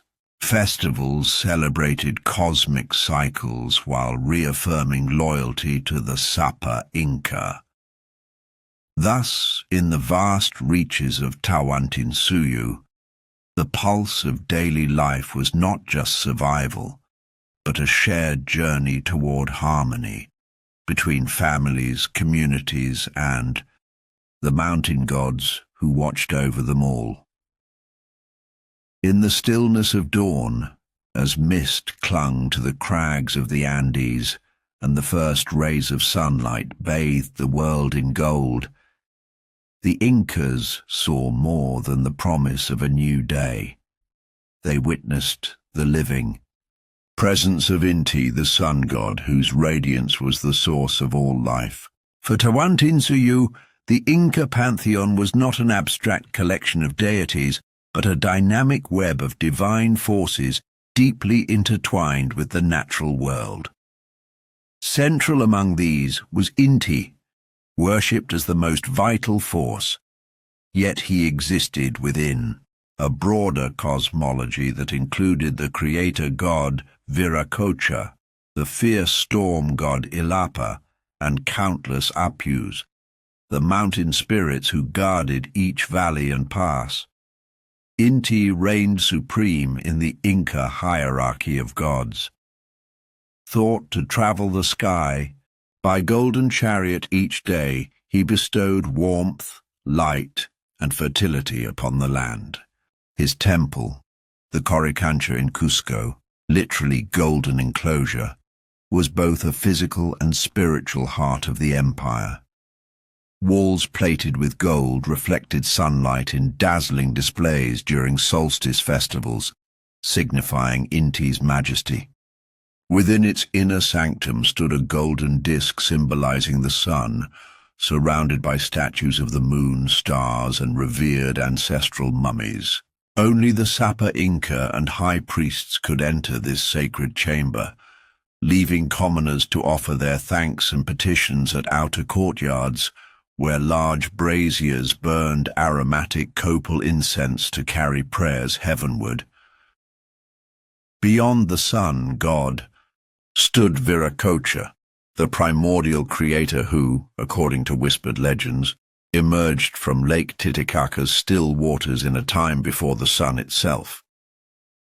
Viracocha shaped the first humans from clay and set the world in motion, teaching early peoples how to farm and worship. Though his direct cult was less widespread than Inti's, Viracocha was honored at creation festivals and at coastal sites where temple platforms bore his name. His presence underlined the Incas' belief in a beginning and an ordering principle behind all existence, a comforting notion in lands marked by earthquakes and avalanches. Illapa, the storm god, personified thunder, lightning, and rain, forces, both nourishing and destructive. Farmers relied on his favor for seasonal rains to feed terraces. Soldiers carried clubs shaped like lightning bolts in his honor. Illapa's priests, known as Kameoks, interpreted thunderclaps as divine messages, guiding communities in planting and festival timing. During seasons of drought, offerings of roasted guinea pig or llama fat were made at high mountain shrines to implore Illapa's mercy, and ritual dances mimicking thunderous sounds echoed through valley amphitheaters. Surrounding these major deities was an intricate array of apus, or mountain spirits, each linked to a particular peak. Every community honored its local apu, leaving small caches of coca leaves, llama jerky, and colorful cloth at rock cairns along mountain passes. The Apu of Sacsayhuaman, watching over Cusco from his fortressed ridge, was believed to protect the city from invaders and to bless its festivals. Offerings at these sites followed precise protocols. Wrapped in corn husks, the gifts were presented at sunrise, accompanied by ritual prayers led by local priests, who then tossed coca leaves into the wind to carry intentions skyward. It was said that apus could speak through avalanches or sudden warm breezes, omens that guided decisions from planting to military campaigns. The architecture of the Inca reflected this sacred worldview. Temples and huacas were never mere buildings. They were living entities designed to resonate with divine forces. The Coricancha's orientation aligned with solstitial sunrise points. Its subsidiary shrines formed a celestial map, mirroring the path of the sun and stars. Even provincial temples, such as those at Ollantaytambo or Pisac in the Sacred Valley, followed cosmic alignments, connecting earthly worship to celestial events. Mirror-polished metal shields placed in temple courtyards captured dawn's first light, dazzling participants during ceremonies that marked the agricultural cycle. Ritual specialists, from high priests of the sun to local waka custodians, maintained these sacred sites. They performed daily offerings, cleaning temple floors with straw brooms, pouring maize beer into stone troughs, and tending braziers filled with aromatic woods. Seasonal festivals, such as Capac for the ruler's anniversary or the sun priest's procession during the winter solstice, drew participants from across the empire. These gatherings reinforced the belief that the Inca state was rooted in cosmic harmony, where the Sapa Inca's legitimacy stemmed directly from his role as Inti's earthly counterpart. In this way, the Inca pantheon provided more than spiritual solace. It offered a framework for imperial unity. The gods were invoked not only to bless fields and heal the sick, but also to sanction political authority and maintain social cohesion. By embedding divine reverence in stone, ritual, and daily practice, the Inca forged an empire that was at once deeply human and profoundly sacred, ensuring that every citizen, from noble to commoner, became part of a grand cosmic chorus, singing praises to the sun and the mountains that stood as eternal witnesses to their civilization. Central to Andean spirituality was the concept of a three-tiered cosmos: Hanan Pacha, the world above; Ke Pacha, the world of the living now; and Uku Pacha, the subterranean realm beneath the earth. These layers shaped Inca understanding of existence, informing ritual practice, urban planning, and even political authority. Hanan Pacha, the world above, was the domain of celestial deities and cosmic forces. It encompassed the sun, moon, stars, and weather phenomena.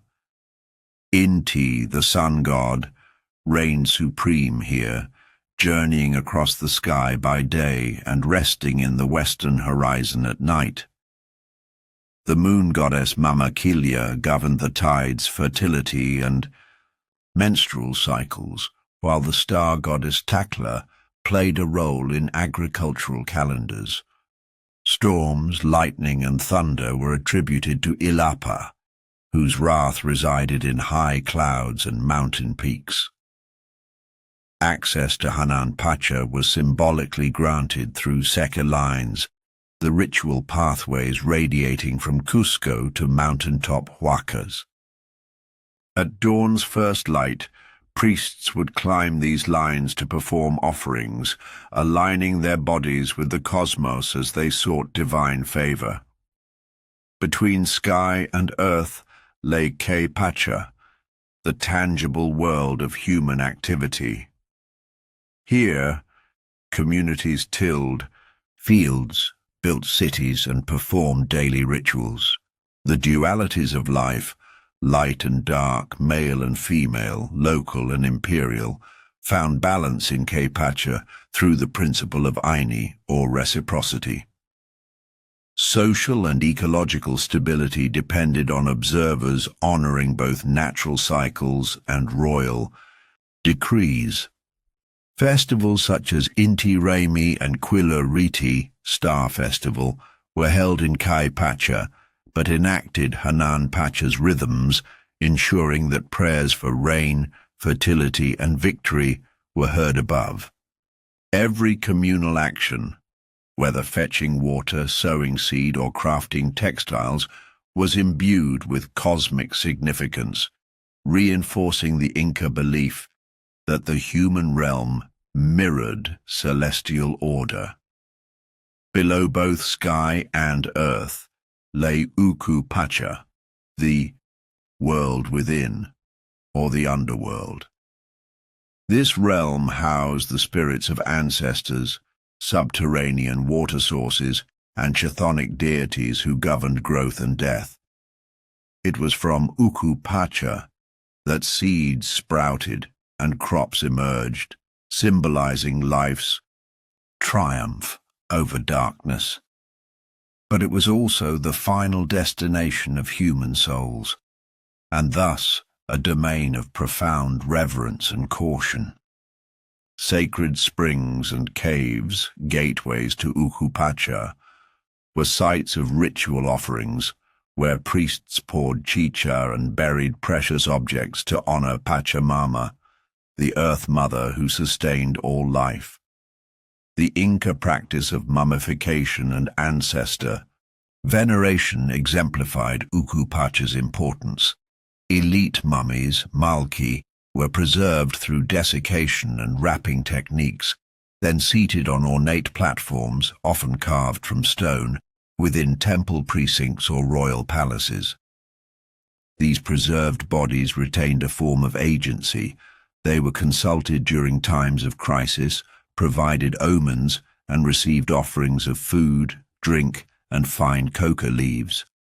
During state festivals, Malqui would be revitalized with chicha, a symbolic act that reaffirmed the living relationship between past and present rulers. Through these rituals, the boundaries between K and Uku Pacha blurred. Ancestors, though physically below, remained active participants in the community's well-being. Commoner mummies, too, found sanctuaries in family shrines within Ayllu compounds. Each household maintained small niches where the bones of grandparents or great-grandparents were interred. Regular offerings, small cups of maize beer, alpaca fat, and miniature textiles ensured the continued favor of familial spirits. This practice tied local memory to the cosmic order. As the living labored in the fields, their ancestors blessed the harvest from Uku Pacha, linking the family's survival to ongoing reciprocal bonds. Mummy bundles were also central to political symbolism. When a new Sapa Inca ascended the throne, he performed a mummy wake alongside the remains of his predecessors, reinforcing dynastic continuity. The malqui of earlier rulers were dressed in fresh textiles, given new foods, and paraded through the city in grand processions. Their presence honored the imperial lineage, while demonstrating that the living Sapa Inca governed in concert with his ancestors' spirits. This orchestrated interplay of Hanan, K, and Uku Pacha underpinned the Inca concept of LLI, radiant continuity, ensuring that the empire's spiritual foundations remained unbroken across generations. In sum, the tripartite cosmos provided a framework through which the Incas understood life, death, and the forces beyond. Temples like Coricancha reached skyward toward Hananpacha. Urban life in Cusco unfolded in Pacha. Family shrines and subterranean springs connected to Uku Pacha. Mummification and ancestor worship were not morbid rituals, but affirmations of life's cycles, linking the living to divine order and ensuring that the pulse of the empire remained strong, guided by both sunlit heavens and sacred depths. In Tawantinsuyu, every ritual echoed across these three worlds, weaving a tapestry of belief that sustained an empire built in stone, honored in spirit, and alive in the hearts of its people. By the late 15th century, after the visionary reign of Pachacuti and his successors, the Inca Empire had grown into a formidable power. Yet it was under Huayna Capac, son of Tupac Inca Yupanqui, that Tawantinsuyu soared to its geographic zenith. Ascending the throne around 1493 CE, Huayna Capac inherited a realm stretching from the misty jungles of southern Colombia in the north to the windswept plateaus of northern Chile in the south, a domain spanning roughly 2,500 miles along the spine of the Andes. His reign, lasting until approximately 1525, would test the empire's capacity for governance, military discipline, and spiritual unity on an unparalleled scale. Huayna Capac's early years as Sapa Inca were marked by affirmation of his divine kingship. Like his predecessors, he claimed direct descent from Inti, the sun god, bolstering his legitimacy with grand ceremonies at the Coricancha. During his coronation, he was enveloped in the fine textiles of the royal panaka, adorned with the maskai pacha, the red and white headband signifying supreme authority, and witnessed by provincial envoys who swore fealty in synchronized oaths across the four suyus. These rituals underscored both his sacred status and his practical role as administrator of an expansive realm. Militarily, Huayna Capac demonstrated both strategic foresight and adaptability. To secure the empire's northern frontiers, he launched campaigns into what is now southern Colombia and Ecuador, confronting resilient tribes such as the Cara and the Cañari. Employing seasoned generals, often noble sons trained since childhood in Cusco's military academies, he built new fortifications, known as pucaras, along mountain passes, ensuring that hostile incursions could be repelled long before reaching the imperial heartland. In these borderlands, the Inca system of combining force with diplomacy came into play. Defeated chieftains were absorbed into local administrative roles, married into panaka families, and required to send annual tribute via the Capac. In the southern reaches, his armies marched through the deserts of modern Peru into Bolivia and northern Chile, subduing the fierce Diaguita and Mapuche polities. In each province, Huayna Capac maintained imperial presence through the construction of tambos and the assignment of Caracas descended from both local elites and Inca nobility. By blending military occupation with strategic alliances, cemented through intermarriage, he wove diverse cultures into the imperial tapestry. Artisans from conquered lands contributed their specialized crafts, bronze smithing from Ecuador, textile dyes from Chile's coastal plants, into the redistribution economy, enriching Cusco's storehouses and festival offerings. This vast territorial expanse posed immense logistical challenges. Huayna Capac addressed these by reinforcing the Capac, commissioning new road segments that crossed treacherous passes above 4,000 meters, and expanding tambos to accommodate the increased flow of tribute and messages. He standardized Quipu conventions further, ensuring that census data from the southern jungles matched the numerical notation used in highland provinces. Quarterly Quipu inspections in each suyu allowed the Sapa Inca to monitor population movements, resource levels, and provincial compliance with mita rotations, even in the furthest corners of his realm.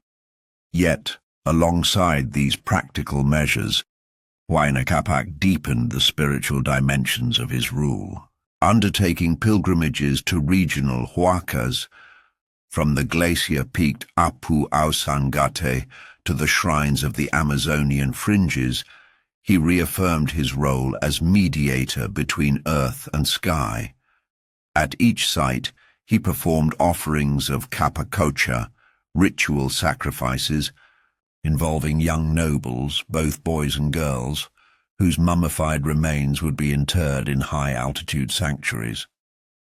These ceremonies symbolized the empire's unity under Inti, reminding subject peoples that their varied traditions coexisted within a single cosmic framework under the Sapa Inca's divine mandate.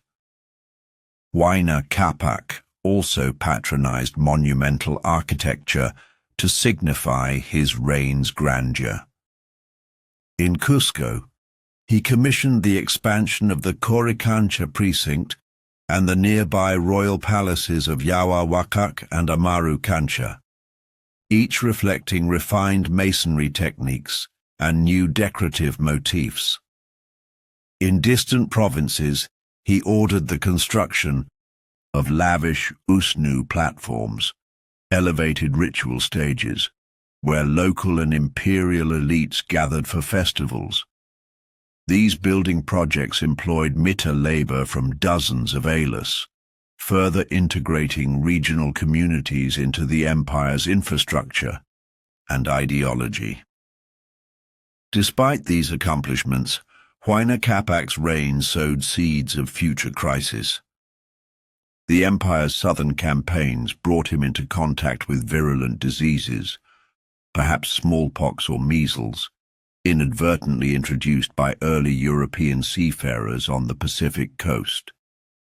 These illnesses spread along the Capac, striking Cusco and the northern provinces alike, claiming the lives of nobles and commoners, and tragically, eventually, the Sapa Inca himself.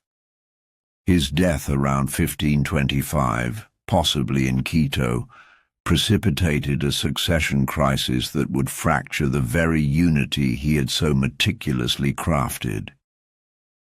Yet for a time, under Huayna Capac's guidance, Tawantinsuyu shone as the largest and most sophisticated empire in the Americas. Its boundaries reached beyond those of Rome or Han China, its infrastructure unmatched, and its ideology of divine kingship deeply entrenched. As the sun set on his reign, the Inca world stood at its zenith, poised between the legacy of Pachacuti's transformation and the looming trials that European conquest would bring. In that moment, it seemed the Inca kingdom in the clouds would endure forever, held aloft by roads of stone, cords of Quipu, and the steadfast faith of mountain spirits. Under Huayna Capac's rule, the trappings of sovereignty reached a level of splendor befitting a monarch revered as both son of the sun and supreme patriarch to millions. His royal estates spread across Tawantinsuyu, each carefully located to showcase regional resources and symbolize the Inca ideal of harmony between humanity and nature. In the sacred valley, his estate at Yucay encompassed terraced orchards of maize, orchards of peaches and avocados, and enclosed gardens where rare orchids flourished. Nearby, laborers sculpted geometric fountains fed by mountain springs, their channels channeled into reflective pools that mirrored the towering peaks above. In the jungle fringes near Cocapata, his lodges perched on cliffs overlooking the Amazon basin served as summer retreats. Here, exotic fruits, camu, guava, and sugarcane, were cultivated in shaded terraces, and ceremonial gatherings within palisaded courtyards featured ritual dances under canopies of tropical vines. Each estate had a dedicated lacta, local administrative center, where Caracas managed tribute collection, land distribution, and mitia schedules in Huayna Capac's name. These lacta served as microcosms of Cusco, replicating its plazas, temples, and tambos, reinforcing imperial presence in distant lands. Complementing these displays of wealth was the formidable military might that underpinned Inca dominance. Huayna Capac maintained an army divided into legions: Inca, the emperor's own; Capac, noble; Yanaconas, servants of the state; and Colla, provincial levies. Each legion wore distinctive tunics, crimson for the Inca, white trimmed for the Capac, and earthen tones for the Colla, symbolizing their place in the hierarchy. Fortified pucaras, stone garrison towns, sat at strategic points like Pambamarca near Ecuador, where watchtowers kept vigil over hostile borders. Cavalry units, mounted on hardy mountain horses acquired from Spanish introductions, augmented the traditional infantry, granting greater mobility across flat coastal stretches. Military drills, conducted in large training grounds, synchronized thousands of warriors in maneuvers echoing the cosmic rhythms of the state religion. Yet, Huayna Capac's strength rested not only on force, but on administrative innovation. Building. Upon Pachacuti's reforms, he instituted a provincial council system, cabildos, in major llacta, composed of local curachas and panaca representatives. These councils advised on resource allocation, legal disputes, and infrastructural projects, serving as liaison bodies between villages and Cusco. To manage this sprawling bureaucracy, he refined Quipu protocols, introducing distinct cord colors for legal appeals, tax exemptions for widows and orphans, and notifications of natural calamities such as landslides or phreatic eruptions. Officials known as colquecamayocs, literally storehouse keepers, oversaw the distribution economy, ensuring that surplus from state lands and temple offerings went to support festivals, disaster relief, and urban labor needs. In daily court life, the Sapa Inca embodied a duality that defined the essence of Inca sovereignty. He was both divine, capable of channeling Inti's blessings, and mortal, subject to illness and death.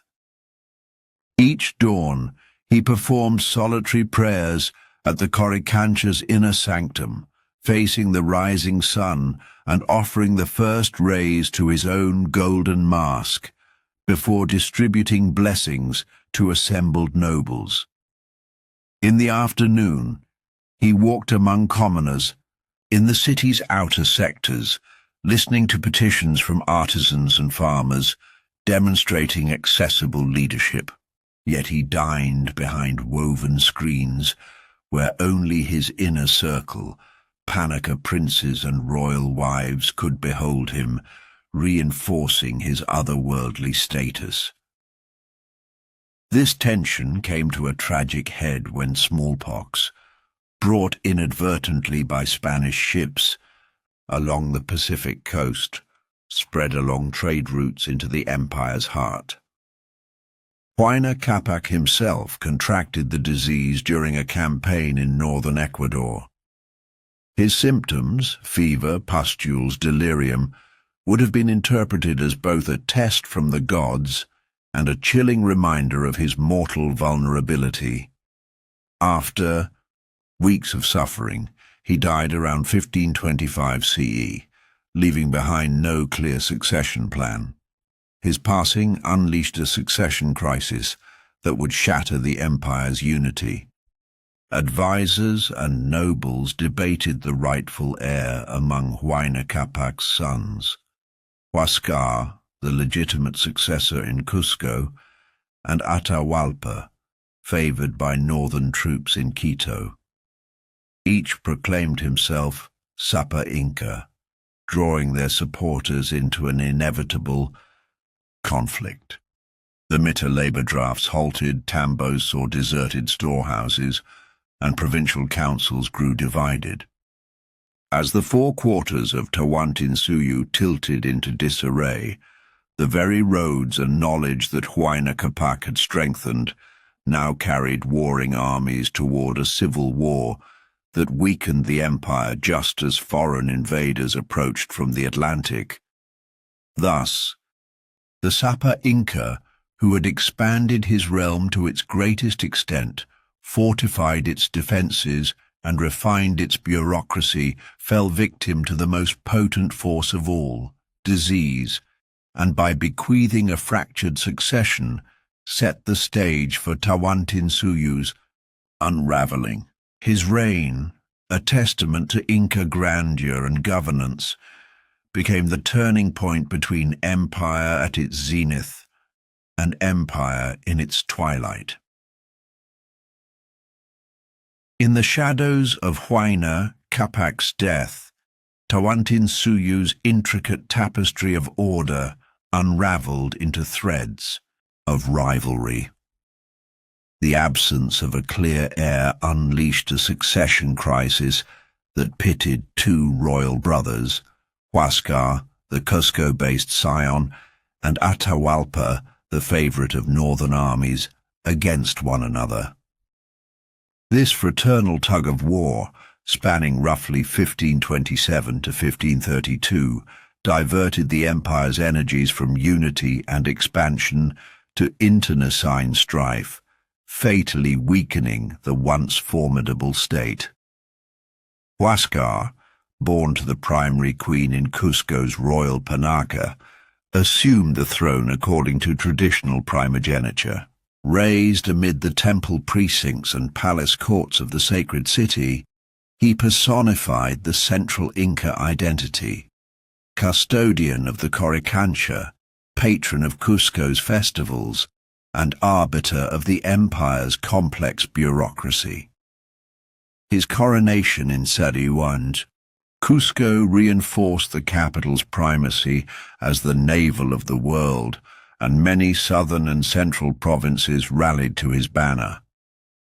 Yet his rule, initially characterized by ceremonial esteem, soon revealed cracks in his leadership. Huascar's insistence on centralized control and his treatment of key northern nobles with suspicion alienated powerful commanders who had grown accustomed to a degree of autonomy under Huayna Capac's expansive reign. Atahualpa, on the other hand, had been groomed by his father during campaigns in the northern frontier. Stationed in Quito, he earned the loyalty of veteran troops who admired his decisiveness and battlefield prowess. His rule over the northern Suyu, Antisuyu, was marked by efficient tribute collection and public works, leading many in the north to view him as a capable and energetic leader, willing to protect regional interests. When word of Huayna Capac's passing reached Quito, these northern lords crowned Atahualpa as Sapa Inca in an impromptu ceremony, emphasizing the principle that military support could legitimize sovereignty as much as lineage. The empire thus split. Huascar held Cusco and the southern and central provinces, while Atahualpa commanded the north, including the rich gold fields of Quito and the tribute flows from highland valleys. The resulting civil war pitted brother against brother and army against army in a series of skirmishes that escalated into full-scale campaigns. Huascar's forces, drawn mainly from traditional Ayllu contingents in the southern highlands, marched north along the Capac, sending detachments to secure valley passes near Tombapata and Ambato. Atahualpa's generals responded by fortifying strategic tambos, leveraging their superior knowledge of northern terrain to stage ambushes in steep gorges. Battles were often decided by the cohesion of forces rather than sheer numbers.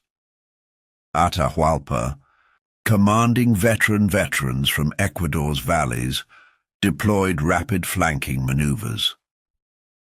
His generals, branded as Guamanpoma and Quizquiz in later chronicles, exploited Cusco's reliance on slower temple-trained levies by cutting supply lines through narrow mountain passes. In one decisive engagement near Kingship, Atahualpa's cavalry, augmented by horses introduced through early European contact, broke the southern ranks, capturing prominent curacas and demoralizing Huascar's troops. Meanwhile, Huascar struggled to maintain loyalty among his Panaca nobles. Accusations of mismanagement and heavy-handed taxation to fund the war effort bred dissent. Some southern curacas, alarmed by the conflict's toll on local mitter schedules and tribute obligations, considered switching sides or negotiating with the north to secure peace.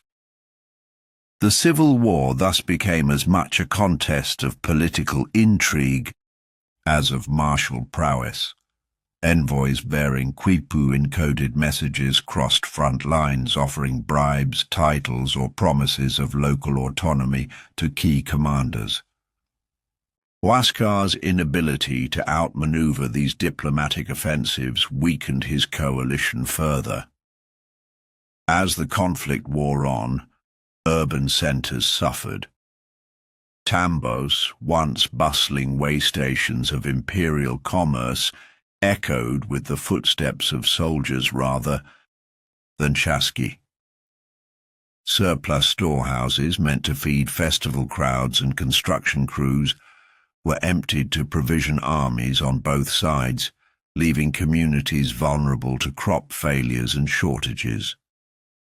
In one instance, a prolonged siege of Cholula, a provincial centre, led to famine among non-combatant villagers, who turned to the mountains for wild tubers and barked from coca trees to dull hunger. By 1532, Atahualpa's momentum could not be contained. Having secured the northern valleys and marshaled support from coastal contingents, he advanced into central provinces, laying siege to Cajamarca and positioning his forces on the eastern approaches to the highlands.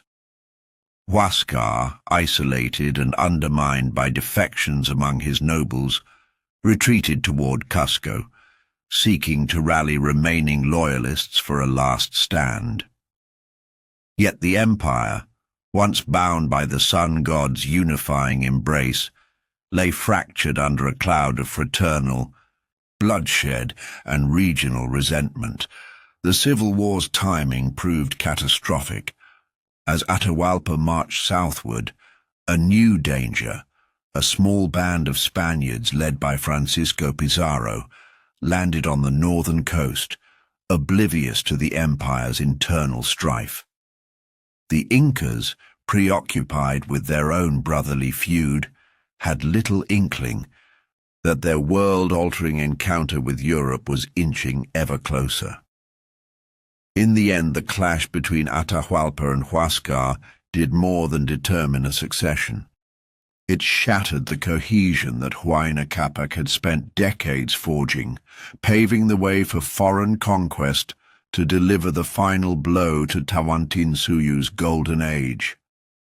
The Inca Empire, once held together by sacred unity and meticulous administration, began to unravel under the weight of internal strife. As Huascar's forces retreated toward Cusco, Atahualpa's army pressed southward, wielding not only military might but also the momentum of a cause that many provincial leaders deemed more promising. Each victory north of the Cajamarca Plateau further undermined the southern Panaca's confidence. Caracas, who once paid tribute and lent labor to Cusco's granaries, found their loyalties divided. Some defected to Atahualpa in hopes of leniency, while others wavered, torn between ancestral obligations and pragmatic survival. The Civil War's effects rippled through the mitter system. Fields lay fallow as community laborers were called to arms, and terraces fell into disrepair. Storehouses destined for state festivals remained empty, their coluca walls collapsing under neglect. Tambos, once maintained by rotating drafts of mitadores, became ghost towns strewn with broken ceramics and abandoned supplies. With the roads clogged by armies rather than chasqui, ordinary traders and pilgrims found passage dangerous or impossible. Markets in the Sacred Valley saw dramatic inflation. A single llama blanket cost 2 or 3 times its pre-war value, and staple foods such as potatoes and maize fetched exorbitant tribute rates. Religious festivals, core to Inca cohesion, either were cancelled or occurred in a muted form. During the annual Inti Raymi, many southern provinces failed to send their customary emissaries to Cusco, citing troubles on the roads. The great plazas stood half empty, the smoke of ceremonial fires rising in thin, flickering plumes rather than the full-throated blaze of earlier years. Priests lamented that Inti's warmth seemed chilled by fraternal bloodshed, while commoners prayed for the war's end, fearing both the wrath of the gods and the hunger stalking their children. Meanwhile, political intrigue proliferated.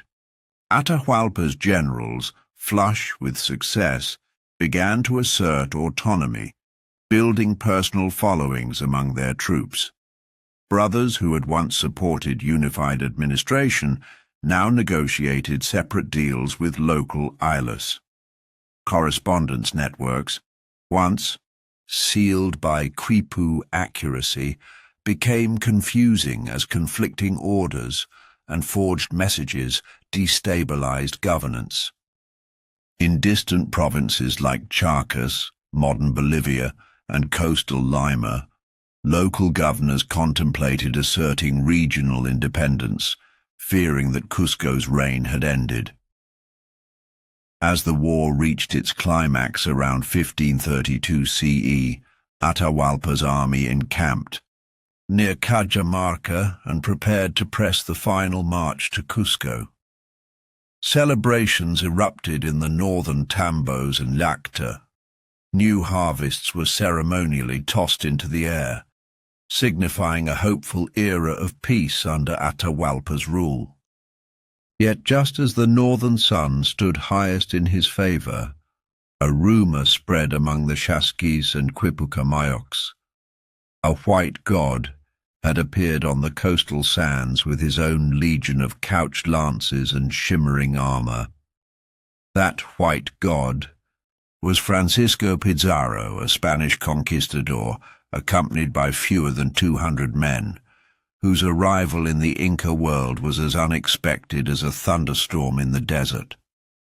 Sailing from Panama to the Gulf of San Mateo, Pizarro's expedition, driven by tales of golden cities and fabulously wealthy rulers, landed on Inca shores in 1532.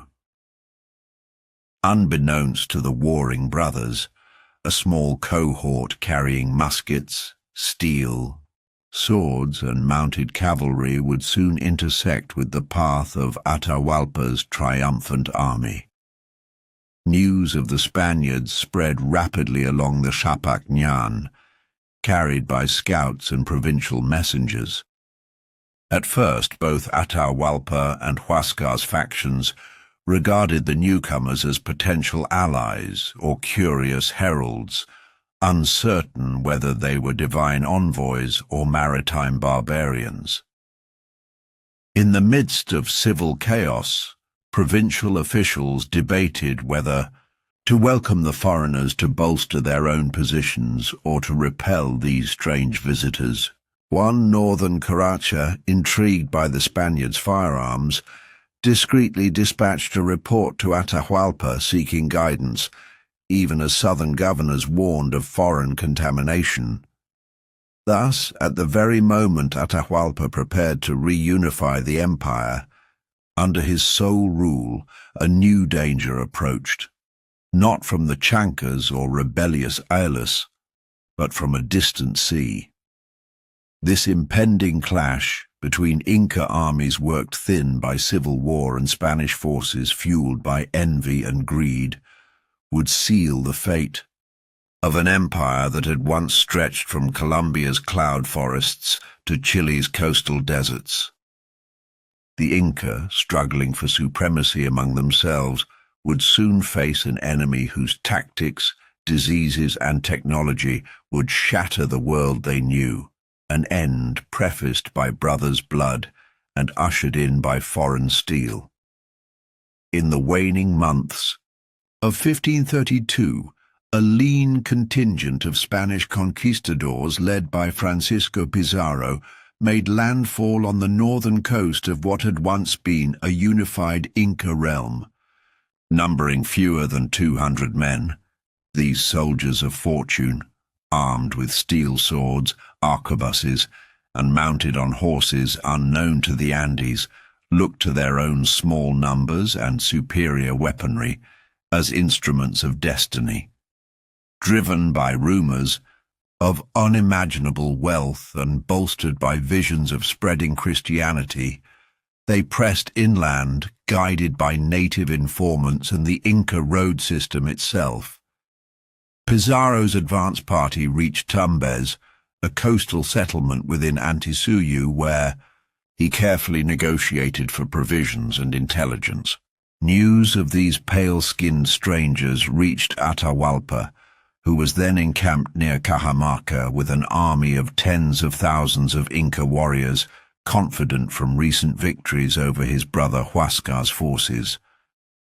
Atahualpa, accustomed to being venerated as son of Inti, initially regarded the Spaniards as potential allies or curiosity. He invited Pizarro to Cajamarca under a flag of truce, sending a retinue of nobility, richly attired in embroidered textiles and gold jewelry, to welcome the newcomers. On November 16, 1532, Atahualpa entered the main plaza of Cajamarca, flanked by a procession of thousands, backed by the terraced hills and spindle-legged tambos overlooking the square. He stood proudly in his noble finery, attended by priests who held sacred bundles of coca leaves and incense to honor his presence. Pizarro, in stark contrast, arrived with less than 50 armed men, positioning them strategically behind a low wall and within buildings bordering the plaza. With calculated calm, he awaited the signal. Atahualpa dismounted before the Spaniards, offering gifts and orations of peace. Yet Pizarro, wary of the Inca numerical superiority and determined to seize control with minimal bloodshed, had earlier arranged for a hidden contingent of arquebusiers and cavalrymen. At Pizarro's subtle command, whether a drop of a handkerchief or whistle, the Spanish forces sprang their trap. Cannon shots rattled the plaza's edges, arquebus fire erupted into the Inca ranks, and horses charged through confused warriors. The cacophony of unfamiliar weapons and panicked cries shattered the Inca formation. Though vastly outnumbering, Pizarro's men, the Inca, lacked iron armor or cavalry to counter this shock. In the chaos, Spanish soldiers darted forward, grappling with and overpowering elite bodyguards. Atahualpa, stunned but composed, was quickly surrounded. A priest knelt to shield him but was pushed aside as a young conquistador seized the Sapa Inca's golden headdress. Captured within minutes, Atahualpa was led away in chains amid a stunned silence. His massive army, bereft of orders from their divine leader, froze in place rather than mount an effective rescue. The trap at Cajamarca thus marked a turning point. With their emperor a prisoner, the Inca's political structure collapsed instantaneously. In the days that followed, Pizarro and his captains faced the dilemma of how to handle this royal hostage. Recognizing Atahualpa's enormous symbolic and strategic importance, they opted for ransom rather than immediate execution. They demanded a chamber filled to the brim with gold and silver, measured by his own promise to fill a room 22 feet long, 17 feet wide, and 8 feet high. Provincial nobles from across Tawantinsuyu, distressed by the prospect of their emperor's death, rallied to collect the treasure from temple hoards, panaka coffers, and tambos. Across days and nights, Inca envoys and commoners labored to haul gleaming ingots, ornate vessels, and jewelry to Cajamarca, covering the stone floors knee-deep in precious metal. Once the ransom room was filled, Atahualpa enjoyed a brief reprieve, allowed to worship and converse with priests. Yet the Spaniards, wary of any possible Inca resurgence, deliberately stalled any plans for his release. Pizarro and his lieutenant Diego de Almagro met in secret councils to determine how best to secure their foothold. Finally, under the pretext of quashing a plot against the conquistadors, they convened a hastily arranged trial of Atahualpa. Accused of fratricide, idolatry, and plotting rebellion, the Sapa Inca, denied defense counsel, was found guilty. On August 29, 1533, he was executed by garrote, strangled in the plaza where he had once entered as an unconquerable god. With Atahualpa's death, the Inca world seemed to teeter on the edge of oblivion. His enormous ransom poured into Spanish coffers, funded further military campaigns, while the absence of a single unifying ruler plunged Tawantinsuyu into deeper disarray. Yet the Spaniards, few in number but commanding fearsome technology, seized Cusco within months, installing puppet rulers and dispatching small garrisons to strategic tambos along the Capac. It was a conquest achieved not through overwhelming force alone, but through the combination of calculated treachery at Cajamarca, ruthless exploitation of Inca political fractures, and the demoralizing removal of the empire's spiritual and administrative heart. Thus, in a single shocking event, Pizarro's trap at Cajamarca and the execution of Atahualpa upended a civilization that had flourished for centuries. The Inca Empire, once united under the laws of Inti, bound together by road and Quipu, found itself leaderless, its people divided, and its treasures in foreign hands. In the valley's echoing silence, the clang of Spanish armor signaled the end of an era, an empire in the clouds brought low by an invasion that turned the world upside down. With Atahualpa's death in late August 1533, the shock that rippled through Tawantinsuyu was profound. The young ruler's golden ransom had lined Spanish coffers, but more devastating was the vacuum created at the heart of Inca authority. No clear successor enjoyed the unquestioned legitimacy that Atahualpa once held. Sensing opportunity, Pizarro and his captains advanced on Cusco, the ancient capital that had breathed life into the empire for centuries. Pizarro's column, some 200 Spaniards reinforced by a few thousand indigenous allies who sought to avenge past grievances against the Incas, marched south along the Capac. Tambos that once welcomed Chasqui now harbored panic-stricken Ayllu members who fled before the rumble of hooves and clank of steel. The abandoned storehouses offered the Spaniards provisions of maize, dried meat, and chicha, providing sustenance for the swift campaign. Villages along the route offered prayers to Inti, but their hopes for a restored sovereign went unanswered. Upon reaching Cusco, Pizarro found the city in disarray. Factions loyal to Huascar and remnants of Atahualpa's supporters clashed over claims to the throne.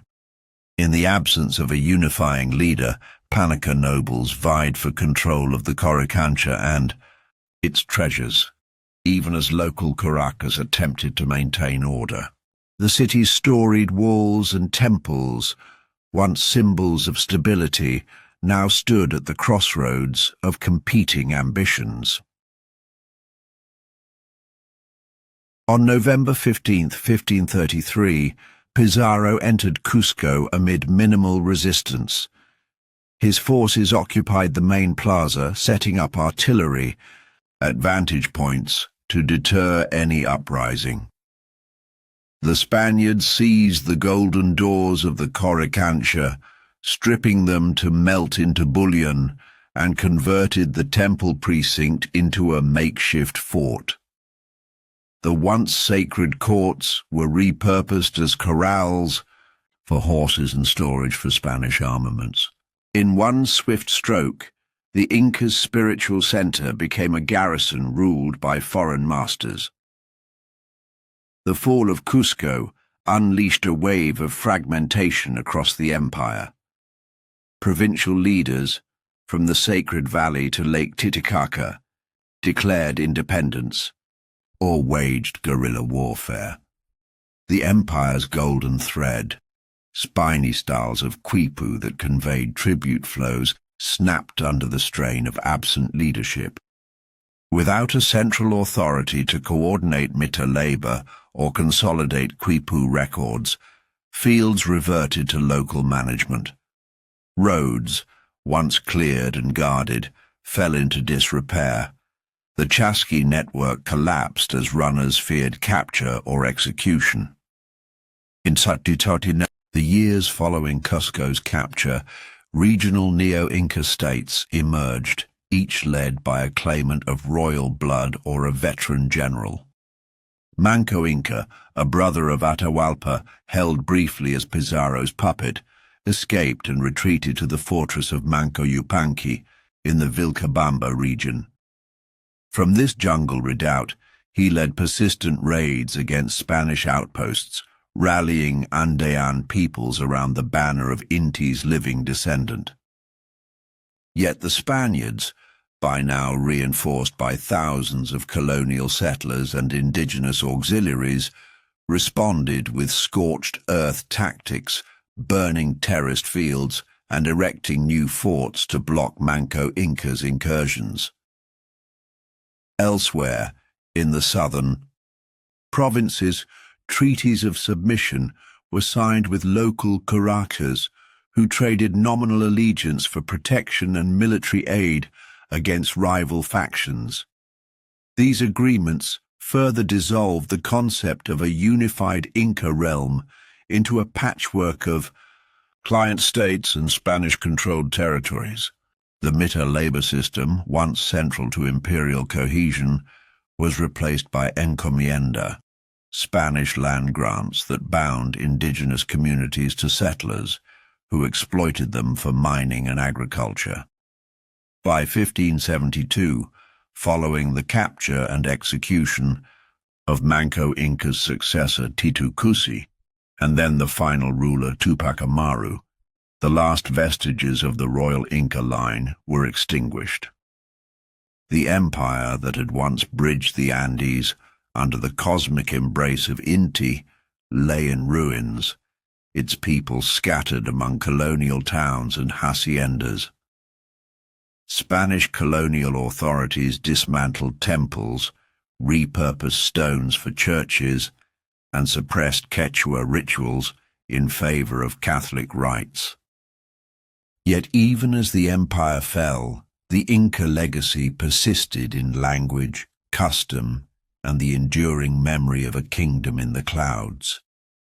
The shock of conquest, first felt at Cajamarca, then resonating through Cusco, gave way to the slow fracturing of Tawantinsuyu's social, political, and spiritual fabric.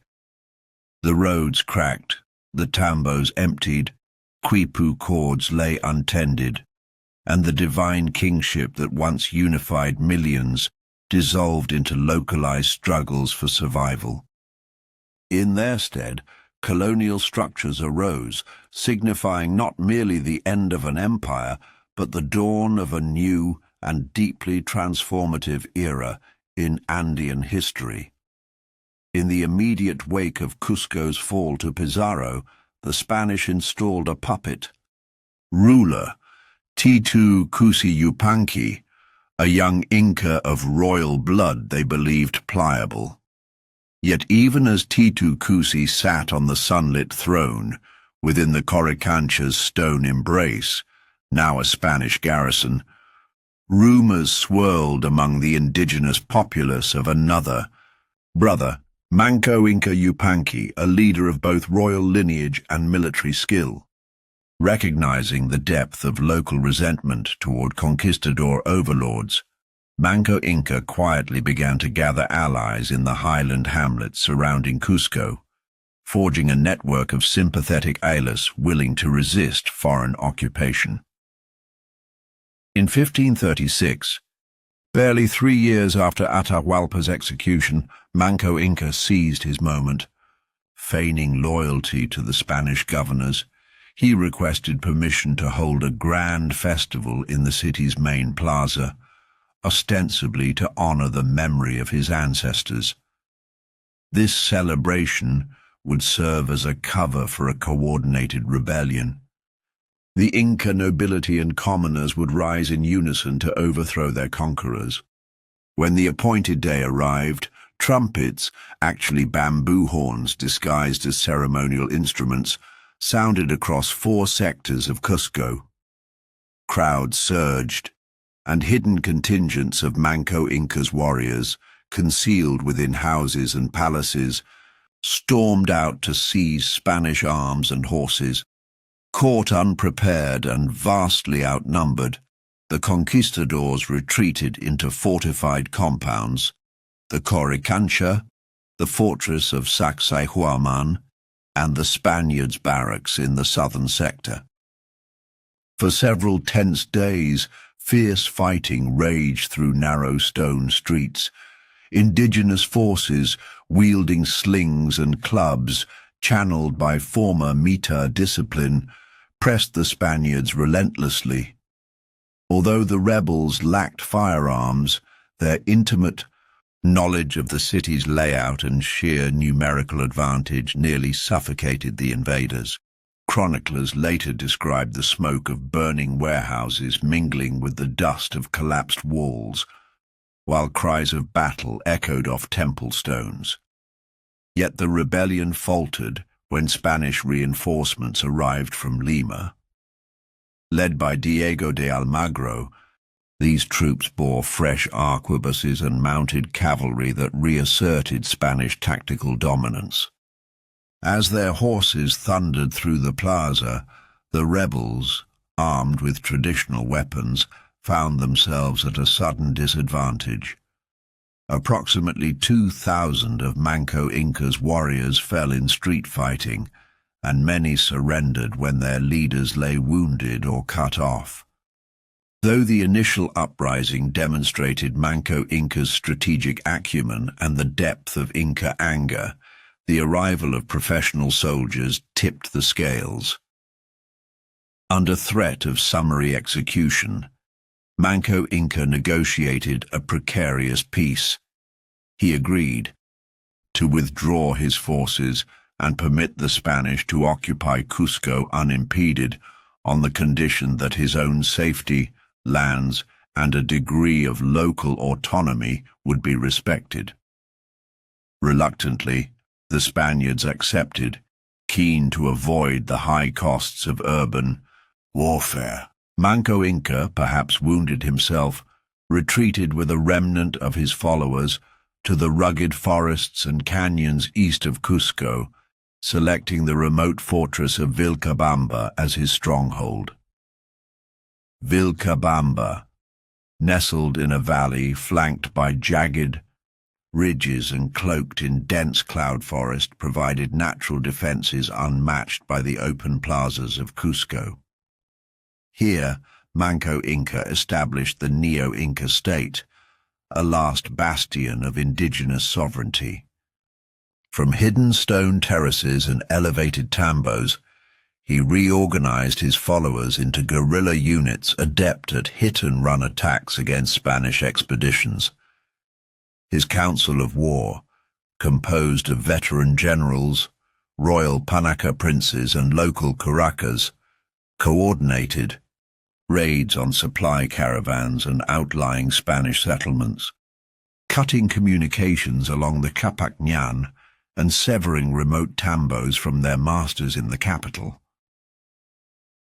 Though Manco Inca's forces were never large enough to retake Cusco, their persistent threat forced successive Spanish governors to divert troops from frontier campaigns and mine security to address the insurgency. The Neo-Inca state thus became a thorn in the side of colonial ambitions, preserving Inca traditions, ceremonies, and leadership in its hidden citadels. Desperate, the Spaniards launched repeated assaults on Vilcabamba, but disease, treacherous terrain, and Manco Inca's knowledge of local paths turned each campaign into a costly failure. By creating this mountain refuge and surviving the siege of Cusco, however brief, Manco Inca embodied the Inca spirit of resistance. His retreat to Vilcabamba signified both a tactical withdrawal and a symbolic assertion. The empire's heart may have fallen, but its bloodline and sacred rites continued in the forested crags. For nearly 40 years, the Neo-Inca state endured, a living testament to the civilization that had once spanned continents. Yet even as Manco Inca's heirs ruled from their mountain capital, the world beyond their walls changed inexorably under colonial rule, setting the stage for the final chapter of Inca sovereignty to unfold. After retreating to the mist-shrouded jungles of the Vilcabamba region, Manco Inca forged what historians call the Neo-Inca state, a resilient enclave that kept the embers of Inca sovereignty alive for nearly 4 decades. Here, deep within narrow valleys and dense cloud forests, he reconstituted the administrative structures of a lost empire on a smaller scale. Local curacas reaffirmed their authority under his mandate. Tributary communities provided food and manpower, and priests continued the sacred ceremonies to Inti and the Apus. The Coricancha rituals resumed in makeshift shrines hidden beneath vine-draped rock overhangs. In this hidden capital, the spirit of Tawantinsuyu endured, an echo of Pachacuti's cosmic vision and Huayna Capac's territorial grandeur. Manco Inca organized his followers into guerrilla bands that struck Spanish garrisons and supply lines across the Vilcabamba corridor. These irregular forces, adept at ambush tactics honed during mounting campaigns, harried colonial expeditions sent to subdue the rebel capital. Spanish chroniclers recounted that entire convoys transporting silver from Potosi were ambushed, their guards overwhelmed on narrow trails where horses could not easily maneuver.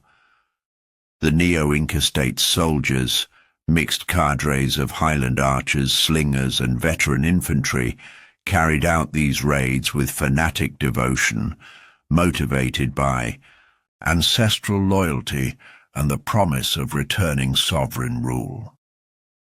Despite their tenacity, Manco Inca's forces faced relentless pressure. The Spanish crown, alarmed by continued resistance and yearning to secure the Pacific pathways to Asia, dispatched specialized expeditions to root out the Inca holdouts. By the 1560s, the Spaniards had constructed new fortifications around key mountain passes and improved their knowledge of local geography, employing indigenous guides. Advances in muskets and cavalry tactics allowed them to navigate difficult terrain more effectively. Moreover, smallpox and other European diseases had permeated even the remote valleys, decimating both rebel and loyalist populations and eroding the demographic base needed for sustained resistance. In 1572, a final campaign led by Viceroy Francisco de Toledo sealed the fate of the Neo-Inca state. Deploying thousands of troops equipped with artillery and leveraging diplomatic overtures to fractious Caracas, Toledo's forces encircled Vilcabamba. After weeks of siege, during which the jungle's humidity and disease claimed more lives than battle, they breached the outer defenses. According to surviving accounts, Manco, Inca's heir, often referred to as Tupac Amaru, was captured while attempting to flee along a river valley. The once proud commander was brought to Cusco in chains, his arrival heralding the definitive end of the royal Inca line. Tupac Amaru's execution in the main plaza of Cusco, where his ancestor Atahualpa had once perished, marked both a symbolic and practical conclusion to the dynastic era. He was garroted on September 24, 1572, condemned for crimes of sedition and war against the crown. Spanish officials rationalized this act as necessary to eradicate the last embers of pagan rebellion.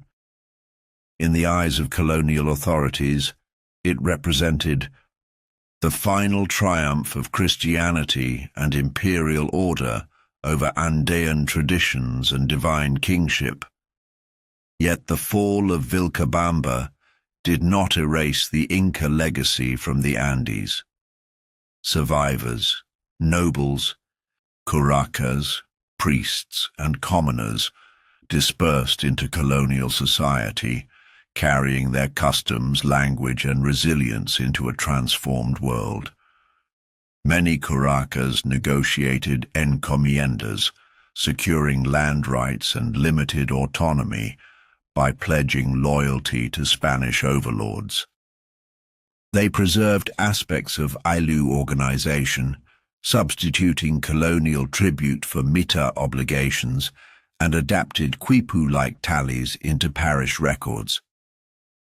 Women continued to weave traditional textiles, embedding ancestral patterns, canchas and chakras, into clothing now worn alongside European garments.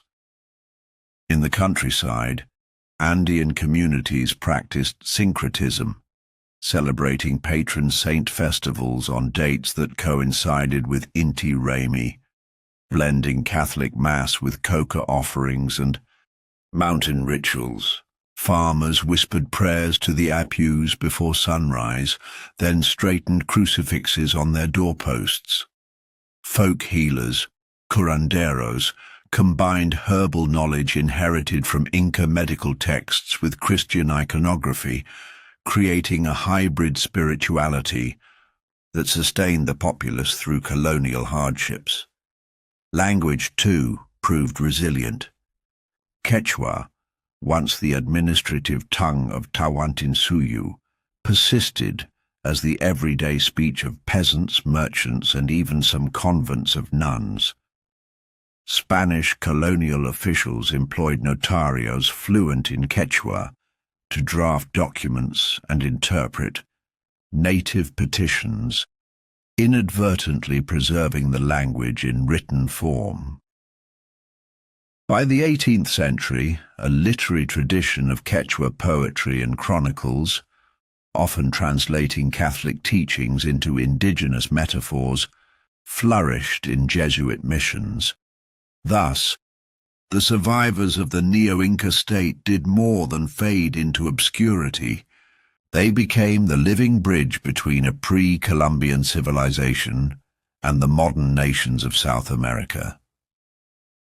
Their adaptation and blending of cultural elements ensured that, although the Inca Empire fell in 1572, its spirit endured in the rhythms of mountain life, the vibrant festivals of Andean towns, and the threaded patterns of woven cloth.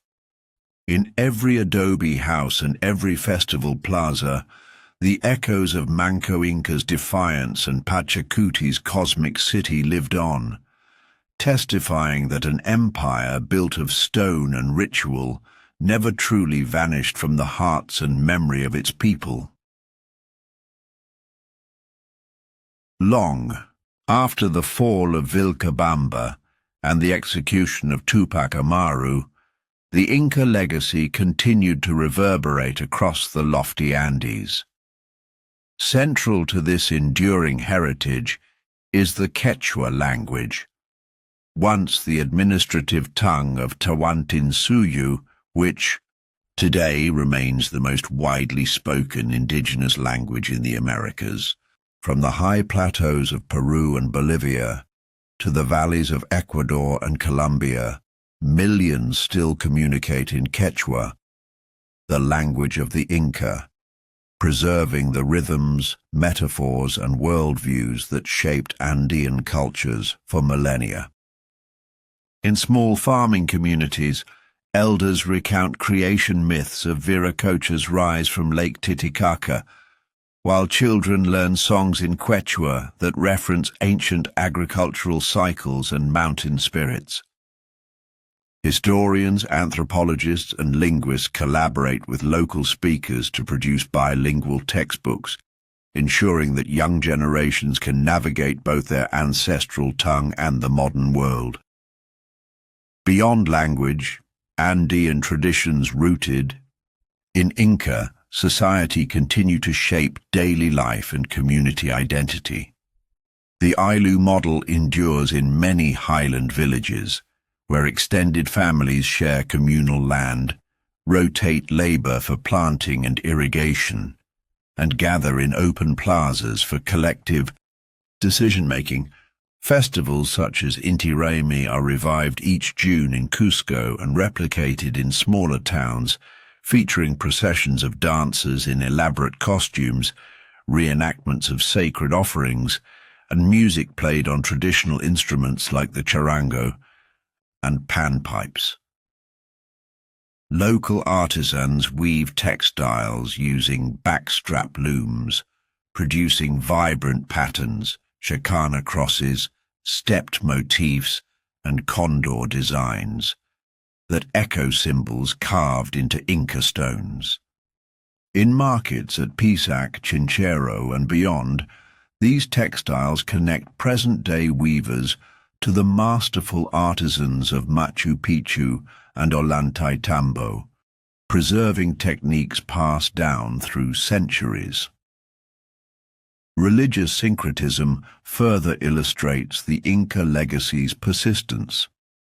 Catholic saints' days often coincide with ancient Inca festivals, creating hybrid celebrations where offerings of coca, chicha, and flowers mingle with hymns and processions for patron saints. In midwinter, the feast of San Juan at high altitude, lakes includes rituals to honor Apus, with local priests performing libations of maize beer and coca on sacred stones. These ceremonies underscore a continuity of worldview. Nature remains alive with spirits, and human harmony with the cosmos is achieved through ritual reciprocity. While living traditions anchor the Inca legacy in daily life, the rediscovery of Machu Picchu in 1911 by Hiram Bingham catapulted the empire's material heritage onto the global stage. An American academic, Bingham led an expedition to the Urubamba Valley in search of the lost white city described in Spanish chronicles. On July 24th, guided by local Quechua-speaking farmers, he stumbled upon well-preserved terraces, temples, and dwellings perched on a narrow ridge, 7,900 feet above sea level. Machu Picchu's pristine stonework, Intihuatana pillars aligned with solstices, temples with trapezoidal windows, and urban planning echoing Cusco's Puma layout, astonished the world, demonstrating the Inca mastery of engineering, astronomy, and aesthetics. Bingham's photographs and publications ignited international fascination. Archaeologists from Peru and abroad flocked to the site, conducting systematic excavations that revealed residential sectors, agricultural terraces, and burial mausoleums. Conservation efforts in the mid-20th century stabilized the ruins, while UNESCO declared Machu Picchu a World Heritage Site in 1983, recognizing its significance as a testament to human creativity and ingenuity.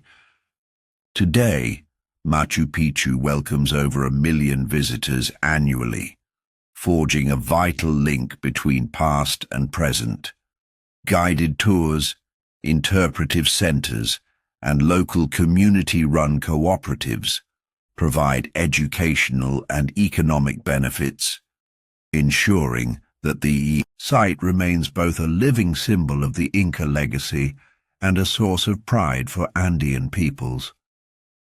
The rediscovery of Machu Picchu also spurred renewed interest in other Inca sites, Choqquequirao, Ollantaytambo, and Sacsayhuaman among them, prompting Peru to invest in archaeological research, infrastructure, and cultural tourism. Universities offer Quechua language courses alongside Andean studies programs, enabling scholars to collaborate with indigenous communities in preserving oral histories and performing site stewardship. Meanwhile, local artisans and musicians draw upon Inca motifs to create contemporary expressions, from textiles exhibited at international art fairs to music albums blending panpipes with modern instrumentation. In weaving together the threads of language, festivals, and the rediscovery of awe-inspiring ruins like Machu Picchu, the Inca legacy continues to shape identities, economies, and worldviews across the Andes and beyond. It stands as a reminder that empires built of stone and ritual cast long shadows, not as relics frozen in time, but as living traditions, collective memory, and a source of inspiration for generations yet unborn. In the mountains' whispered winds and the stone's silent testimony, the echoes of Tawantinsuyu endure, inviting us to remember that the empire in the clouds lives on in the hearts and hands of its descendants. In recent decades, there has been a powerful revival of Andean identity and Inca heritage, fueled by indigenous movements, cultural scholarship, and grassroots revitalization efforts. Across Peru, Bolivia, Ecuador, and beyond, descendants of Inca and pre-Inca peoples have reclaimed Quechua names for towns, insisted on bilingual education, and staged public ceremonies that honor their ancestors' traditions. In Lima and La Paz, indigenous politicians wear traditional garments in parliament, symbolizing both their roots and their vision for inclusive governance. Community leaders organize festivals that reenact the Capac Remi and Urpu Remi planting ceremonies, inviting urban audiences to participate in communal sowing of maize and ritual offerings to Apus. Such events affirm an identity that was once suppressed under colonial and republican rule, demonstrating that the Inca heritage remains a living foundation for contemporary Andean societies. Cultural centers and museums collaborate with local communities to document oral histories, record traditional music, and preserve medicinal plant knowledge. In rural villages, elders teach youths the making of charqui, dried meat, and chuño, freeze-dried potatoes, techniques passed down from Inca pioneers who developed methods to store food for millennia. Weavers share ancient dye recipes using cochineal insects, indigo plants, and ochre clays to replicate the brilliant reds, blues, and yellows that once decorated royal tunics.